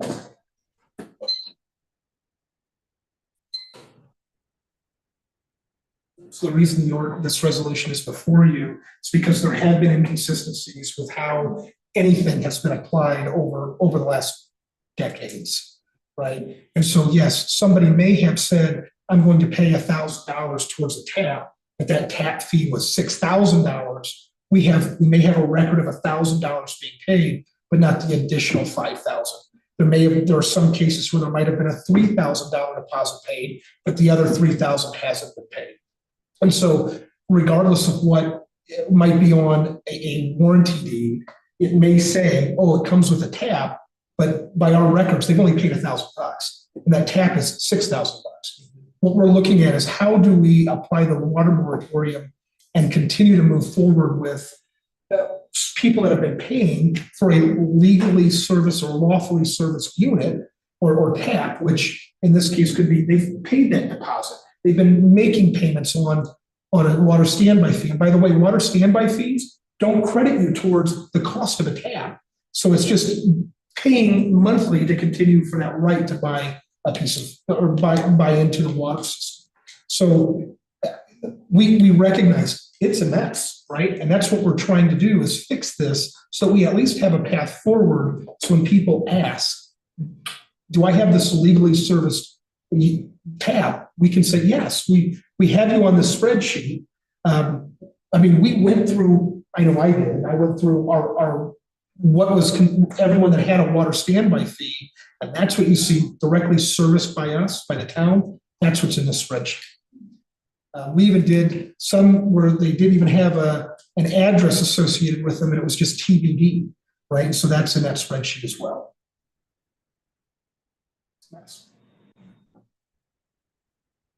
Yes, Trustee Bernard? Because if I you don't soon, move- I gotta go back. To approve resolution 10-2025 with the addition of the following language.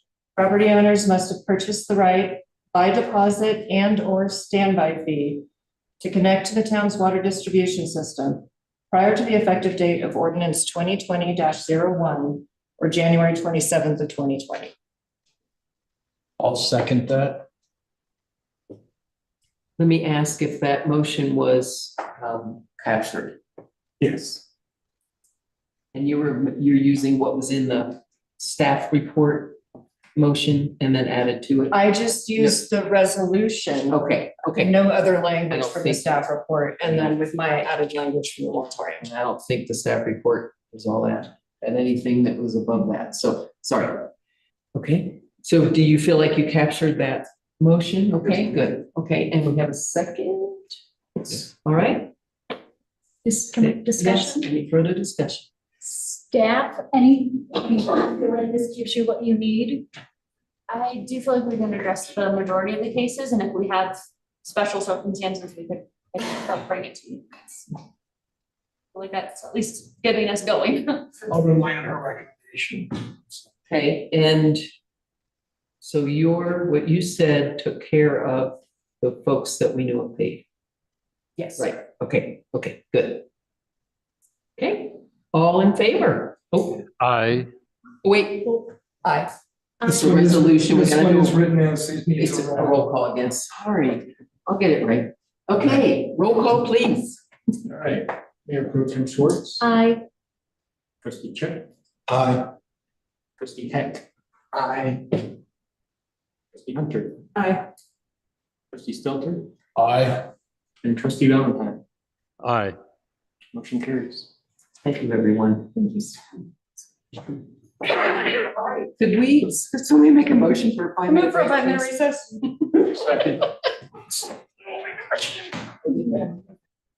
We only have one more agenda item. And Sam, you're on, right? Yes, I am. I see your thing.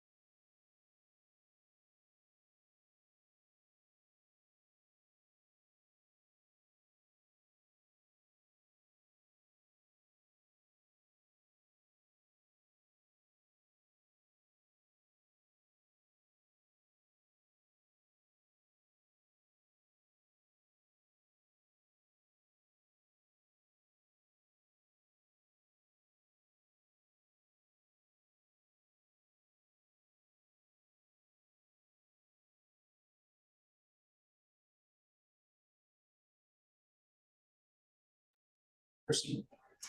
Proceed? Yes, ma'am. Okay, I'll call this meeting back to order and we will address item number 6, which is another resolution. Consideration of resolution 11-2025, accepting the town of Paonia's public records policy. And Clerk Vetter, I hand it over to you.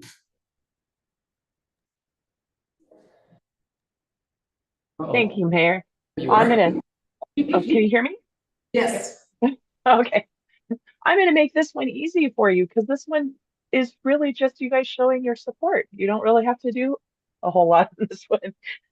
Normally, I would update our public records policy and just update it and put it on the website. However, when I started digging into it, I pretty much completely rewrote it. It was, it didn't have great definitions. It was a little bit too vague. And as we know, our key word lately has been consistency. The big changes that I've made to it is Cora requests will be accepted 1 business day after they're received. The reason I do this is because everything I do has a deadline.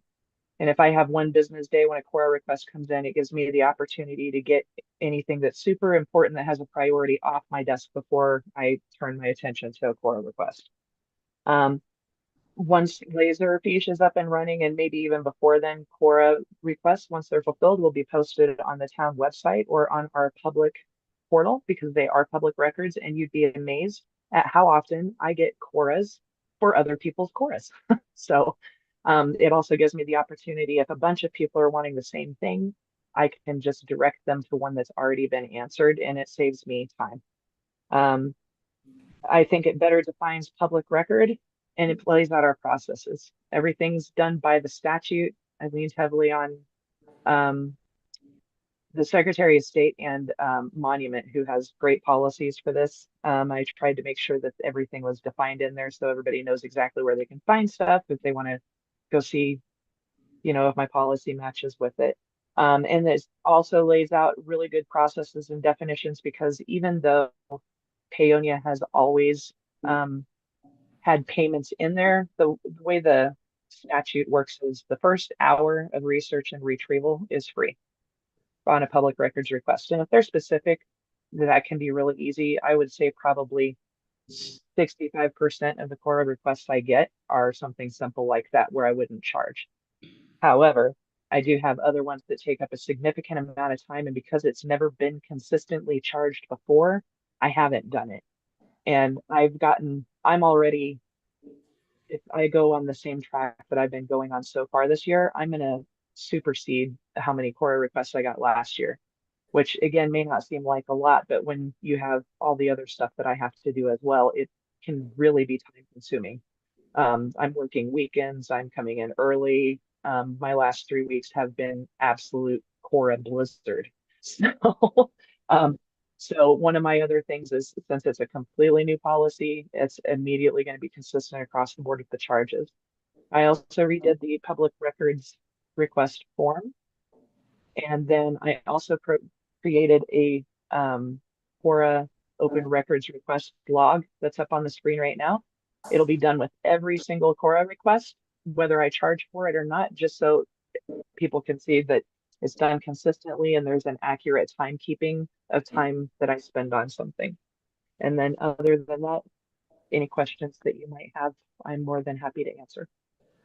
I do want to add that this repeals and replaces any other policies. So once it is, if it is approved, or it goes through, our website's going to be scrubbed of any sort of existing policies and procedures, and Sam's policies and procedures that she went through, I'm sorry, Clerk Vetters, that she went through and did, will completely replace what's on our website. You probably already started reading it. That's okay. The question I have is the fee that you chose. How does that correspond to what's statutorily allowed? It is actually less than what's statutory allowed. It's updated every 5 years, and it actually just went back up. It went up to $41.32 an hour. I feel that $33.58 is more in line with my time. So I didn't feel the need to raise it. I can go up, I don't have to. So I thought I'd just leave it at the 33.58. And we are charged per page on copies because of our lease agreement. And so I flip out every time. You guys probably do the same thing. You see the bill, and I'm like, you guys are gonna do black and white. So that's why there's a charge for copies, so. Well, and if I can add to, that's actually in the statute too. I cannot charge more than 25 cents a page for a black and white 8x5x11 copy. That's a standard page. However, the statute does make allowances for if people insist on a high definition color or they want it poster size, then they have to pay what that costs us. But for the standard copy, I mean, the town can charge differently if they want to, but for a Cora request itself, if I have to print something out, I cannot charge more than 25 cents a page. I just have a question about the fee. Like, it seems like it should be more calculated. I'm on page 148 of the number or 141 of the PDF. Thank you. Because, you know, I know town administrator, when you have it like what their hourly plus all the benefits equates to, like, I would be curious about that being the number, because that's a set number. So what Clerk Venner explained is she's got a maximum amount by statute that she can charge per hour. And I think with her, like, if we were to try to do her salary benefits, it would be over that maximum amount of like 21 and some change an hour. Okay. So, but she's saying that that 33.58 per hour is, didn't you say it was fair or something? So random. Like, yeah, I felt it was not only more appropriate because it was closer to what my time, you know, like what you guys are paying me by the hour, you know, but not only that, but I think it's more appropriate for where we are and the type of economy that we have and stuff like that. It's something I'm completely comfortable with. I wouldn't feel comfortable really going up to that 41.32, though I appreciate that you appreciate my time and what it's worth. So that 33.58 is pretty close to our annual salary, but it's not quite there. It doesn't include benefit, it wouldn't be included. okay, so it is based in, I just need it to be based in some sort of fact, like some sort of tangible versus feeling. Sure. So that yeah, I appreciate that it's not 41. I think this should be something that's accessible and affordable and all of that. And if it helps, the 33.58 was actually what they raised the max limit to the last time, not this time, but that was the max from last time. And I just decided to keep it that way because we've never really charged. And when it was so in far between. But I did, if you read through the policy, I also made sure to put stuff in there, you know, hey, once that first hour is gone, you know, how we have to do a deposit, which is also statutorily provided, you know, and that deposit's non-refundable, but you know, they have to pay a balance in full. If we owe them money, it'll be paid back within 30 days. You know, I tried to make it as clear cut as possible, just so nobody misunderstands everything. And it actually does make my life easier as opposed to harder. This one does, if you were to make a motion, this one does not need a roll call vote. So I know that there has been I've been reading articles about what's happening in Colorado. All towns are experiencing this. It's like we have to be transparent and there's a very hard cost to this. This is for you, Town Attorney Buchner. Clay, I'm just gonna prep you. I'm gonna ask a question. What is this? Is this standard? What have you seen in other municipalities, towns? What are they doing? Are we employing best practices that ensure that we're transparent and open, and also at the same time honoring our town clerk's very valuable time? Yeah, I mean, as far as best practices, I don't know if I am aware of a municipality that doesn't already have adopted fees and time for fulfilling core requests. There might be a few small municipalities that just don't get them. But even then, I think they adopt whatever the statutory fee is. So I think this is a best practice. Because oftentimes, there's certain exceptions with core as well that the clerk might get a little extra time to fulfill it because there's other responsibilities. And so this is, this is kind of like an ancillary duty of the clerk. And I think making sure that the people who are requesting core is also understand that there's a cost to it, so that we're not spending everybody else's money to fulfill like a single request. And so it is a best practice. I see it in every municipality that I represent, and I think this is what you guys should do going forward. If you were to entertain a motion, I would ask that you would do so with one edit. And that is in the title of the resolution to change it to 11/2025 instead of 2023. Nice catch. Thank you, Administrator Wen. Yeah, we're not sure, turning back time. I've been waiting on that. Hey, I wrote it over a weekend. I was tired. Cut me some slack, okay? You go with it. I'd like to make a motion to approve Resolution 11/2025, accepting the town's of Paonia's public records policy with the attachments included. I'll second the motion. All in favor? Aye. Excellent. And before you do it, Yes. there's still trustee reports. Oh, do we have some? Yeah. Are they in the packet? No. But it's quick. Okay. Go for it. So we had the special events ad hoc committee and we were supposed to report back. Mhm. So we have the makeup of the committee, which is trustee Stelter and myself, town administrator Nguyen, Jester Van Ackerman, and Bob Bushta. We do not have a date set yet. It is still TBD because our last doodle poll failed. So we're still trying to work it out. That's my report. I just took it today and it was like, we all can't seem to meet together, so we're gonna have to put it out a week or two. Thank you for that report. Were they enthusiastic of being on the committee? Yes. Yes. So actually, do you mind? I know this was your report. Yeah. So we did call like Jester Van Ackerman, and she's like, yeah, I've been waiting for this. Like, let's get it going.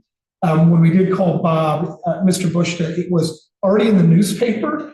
And so he goes, my wife asked me if I've been asked yet. So I guess I'm getting asked. Well, yeah. So they were very enthusiastic, and they represent our largest events in town, both of them do. And so we've covered all of the large events. Yeah. Yes. I should have probably mentioned this in the first part of the meeting, but we did get an email that John Tedder passed away. And he's the one that been heavily involved with our CRVs and stuff, so. Oh. He was your PRV. Yeah. Aficionado. And not just ours, he's statewide guy, That's big loss. Yeah. Thanks for letting us know. Sorry to their family. Wow. Okay, on that note, I think we could adjourn this meeting. Yes. At 9:14, not too bad for some big heavy hits. Yeah. Thank you, everybody.